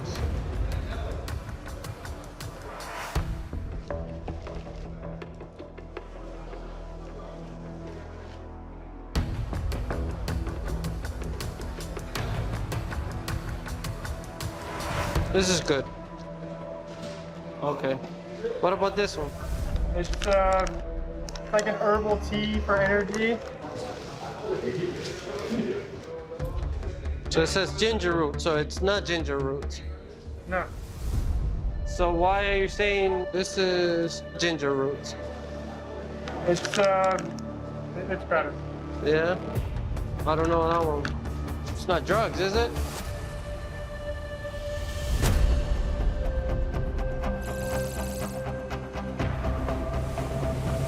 The vessel outbound heading west. It'll be on board.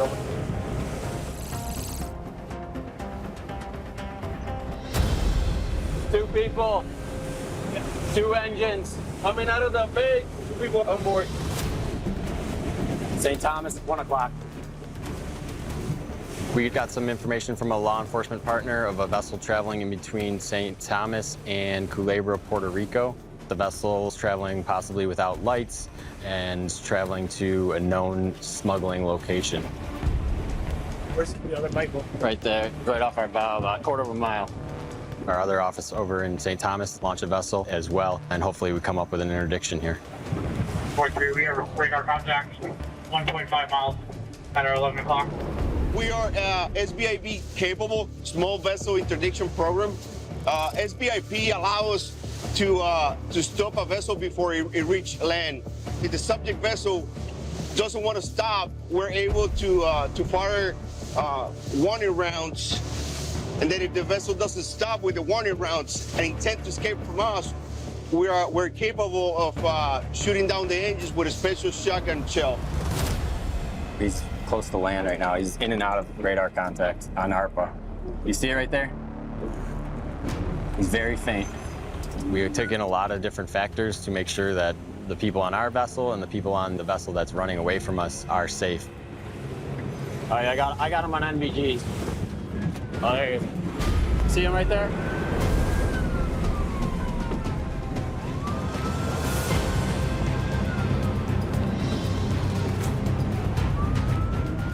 Go for it.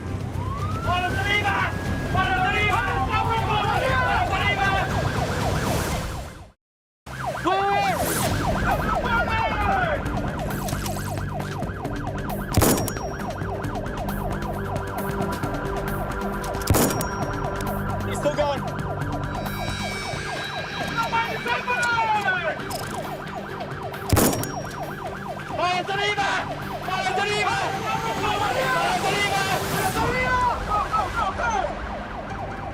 Stay on it. Another one. There you go.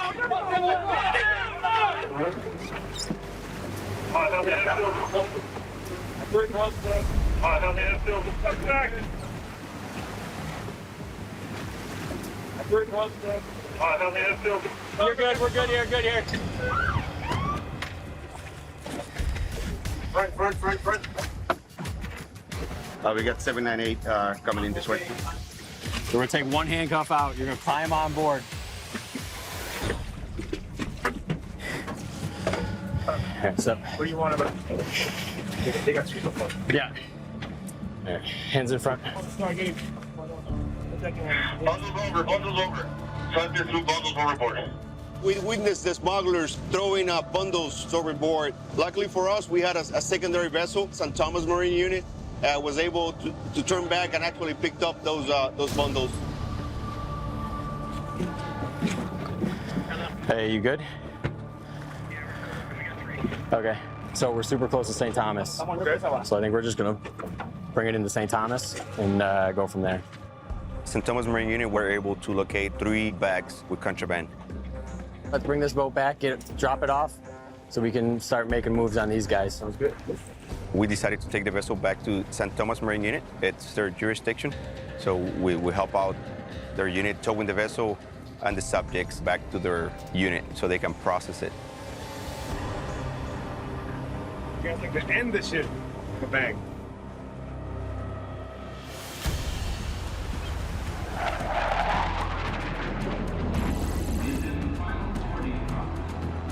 What about this one? Kratom? Or kratom? I don't know that one. What is that one for? It's like a cousin of the coffee plant. 100% legal in 46 states. Yeah. Also a part of the American Kratom Association. setting up to keep it legal. If it's a coffee plant, it shouldn't be illegal, right? Government wants to make it illegal. Why? Because it keeps people from taking prescription drugs. Prescription drugs is how America makes their money. Well, not just from that, but yeah, okay. Put everything together. Give me a second with this. We try to stay up on all the narcotics that comes out, but sometimes we might miss them. And from what I'm reading, there's really nothing that we have to seize or is prohibited from now. I will, however, do more research on this, instruct my other officers as well. Anything on her? Got it, all right. Let's cut them then. And we're off to our next flight. Try to catch something. Tell me something new today, man. Go ahead, man. Have a good one, all right?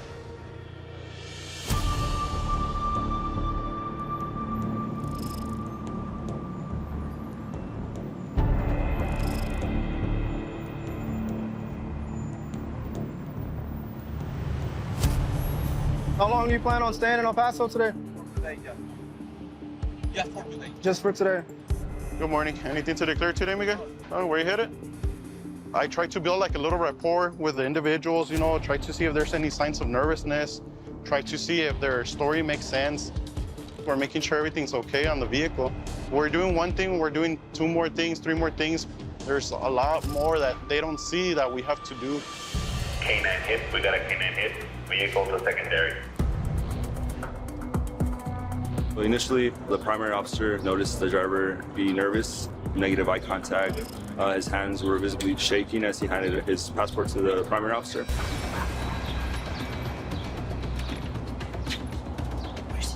Where's Carl? Please.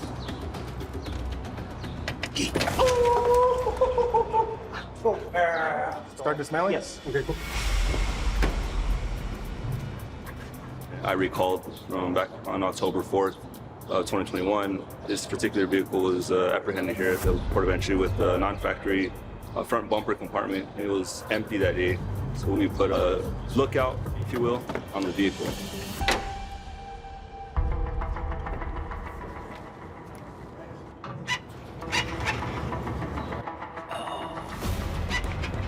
There's a button right here. This is supposed to come up. Whoa.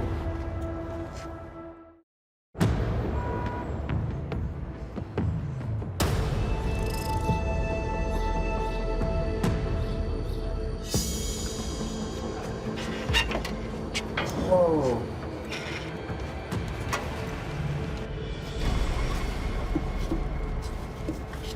Oh, wow. Found it? Oh, yes. Or you got one more right here.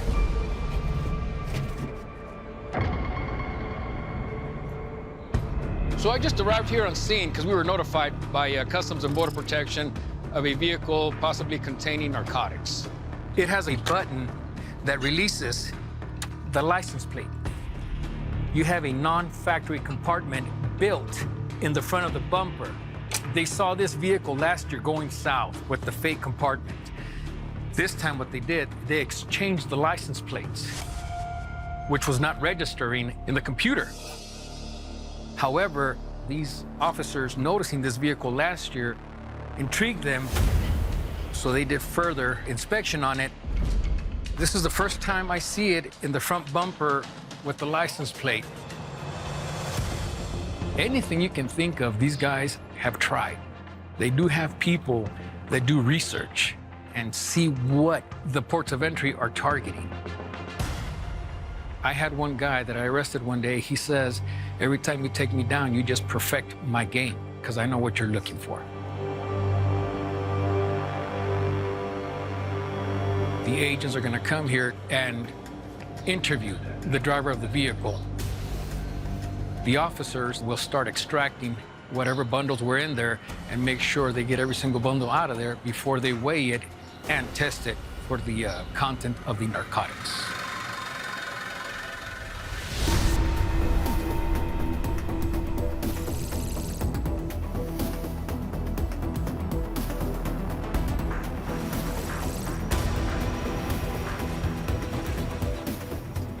$811, 843.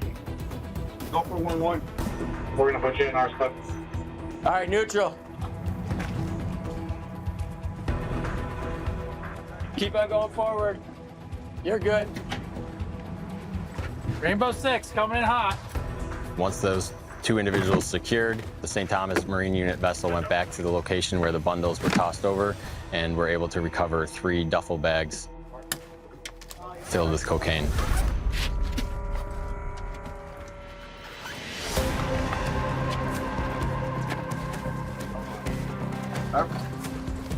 Next one. All the subjects were turned over to the St. Thomas Marine Unit, and they're going to be processed in the District Court of the United States Virgin Islands. It's going to take an initial appearance and processed probably by DEA or HSI. We're going to test the kilos here using the detector cam right here. And this will be the packet that we'll use for it. Right here.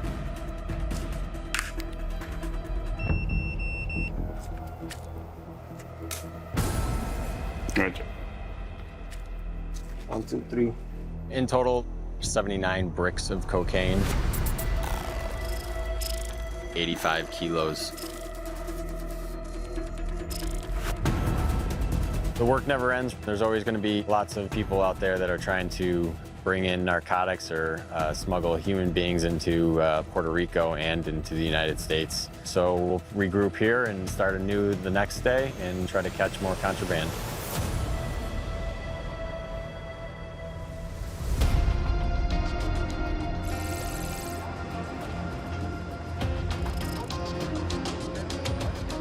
Where you coming from? Spain. And what were you doing over there? I live in Spain. Oh, you live over there? Yeah. All right, thank you. Have a good day. Hello, sir. How are you? Where are you coming from today? Medellin? Medellin? Yeah, I live here. Okay, we're just going to take a quick look inside your bag, all right? Just follow me, please. How long were you out of Colombia? I was there last Saturday. Saturday? Where did you stay while you were out there? 2 days, I was in Envigado. Uh-huh. We had a house, and then I stayed in like 2 different hotels. Okay. First trip to Colombia? No. Been there for every 2 months. All right. What do you do for work that you're able to travel so much? I work in medical sales. Medical sales? Yeah. Just come right in. Sure. We came across an individual coming from Medellin, Colombia, U.S. citizen. Go ahead and put everything up on the table. Multiple trips to and from Medellin every month or 2. Stays a few days, comes back to Miami, goes back again. He just fit the travel pattern of a person who could possibly be going to Colombia to pick up contraband and bring it back into the United States. These bags belong to you, correct? Yes, sir. Everything inside is yours? Yep. Is this locked? No. All right. It's pretty standard. So what kind of things did you do on this trip? So, I mean, I have friends that live there, so just hanging out. What's this, sir? That's like electrolyte powder. You always travel with electrolyte powder like that? I forgot it was in the back, but yeah. This small vial here typically is used for controlled substances. You take it to the club, it's easy to put in your pocket. It's gonna be harder to find. We're gonna be doing some tests on that stuff right there. Countries known for bringing in narcotics here in Miami are Dominican Republic, Colombia, Brazil. Cocaine did used to be a big deal. However, now we're seeing ketamine coming through and 2C coming through. As long as it's what you're telling me it is, you'll be on your way. If it's not, then we're gonna have to go from there. You said this was what again? Electrolyte powder. Okay. Just give me a second though.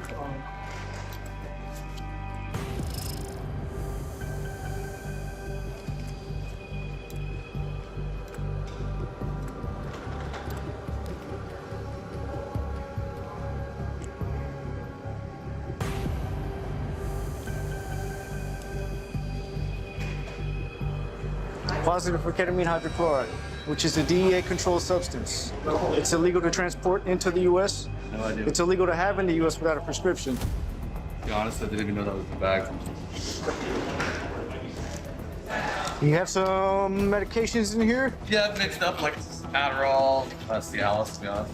Is everything prescribed, or? Yeah, everything's prescribed. And this one? Should be a residue from that. Same thing. Should be. There's something in there. found another baggie of a brown salt-like substance. So we're gonna have to do our checks and just determine what that substance is. All right, sir, just come right in here. Just put your bags up on the table. We're gonna check your body, make sure you don't have anything on it. So we're gonna do a pat down. Sure. We're gonna recheck your bags, make sure we didn't miss anything. And then we're gonna process this, see where we're gonna go from there, all right?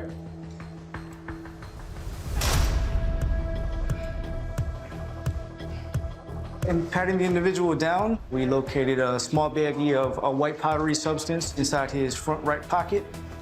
Took it out, asked him what it was. He immediately said, "Oh, I didn't know it was there." So now we're gonna go and retest everything and just to verify what we found. First one.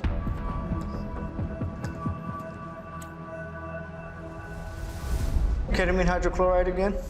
Ketamine always turns up blue when we test it.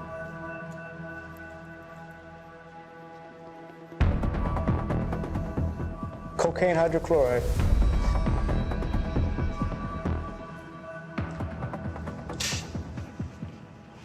Third one's MDMA.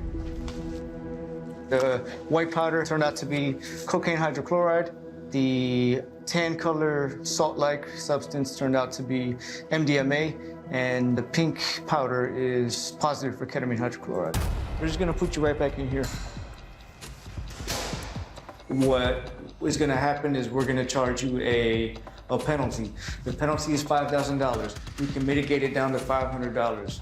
This is the one, break you're getting, if you want to call that. So you'll pay the $500, you'll get some paperwork, and you'll be on your way, all right?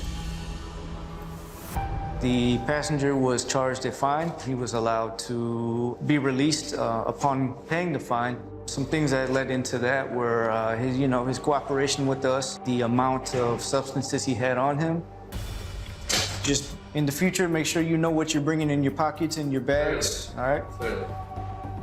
That does happen often. Passengers say, "Oh, I don't know what was inside this bag." But part of our inspection is we ask those questions. Is this your bag? Everything inside belongs to you. So before we even open it up, they're taking responsibility for anything that we find inside.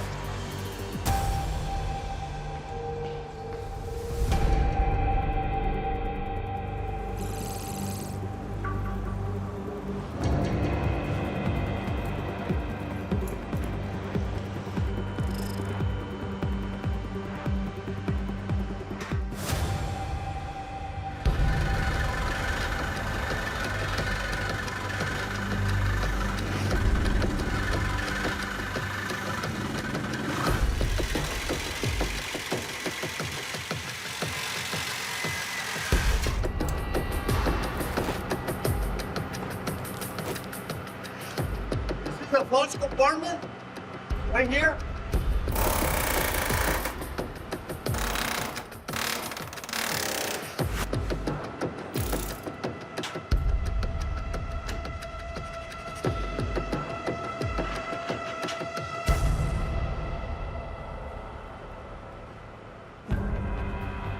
There we go. They tie either a string or a wire, whatever they can get their hands on. When it gets to its final destination, they know that that's the string attached to the very first bundle, and then they just start pulling the string and all the bundles fall out.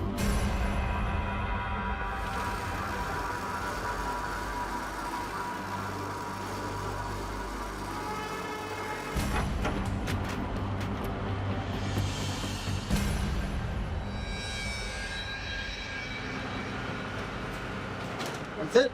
Yeah, that's it.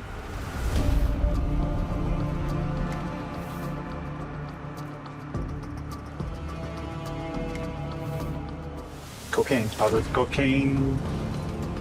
They extracted 10 silver-wrapped bundles that tested positive for cocaine, 26.14 pounds. We'll present that to the attorneys, and then we'll take it from there, whether they want to move forward with prosecution or turn it over to the state.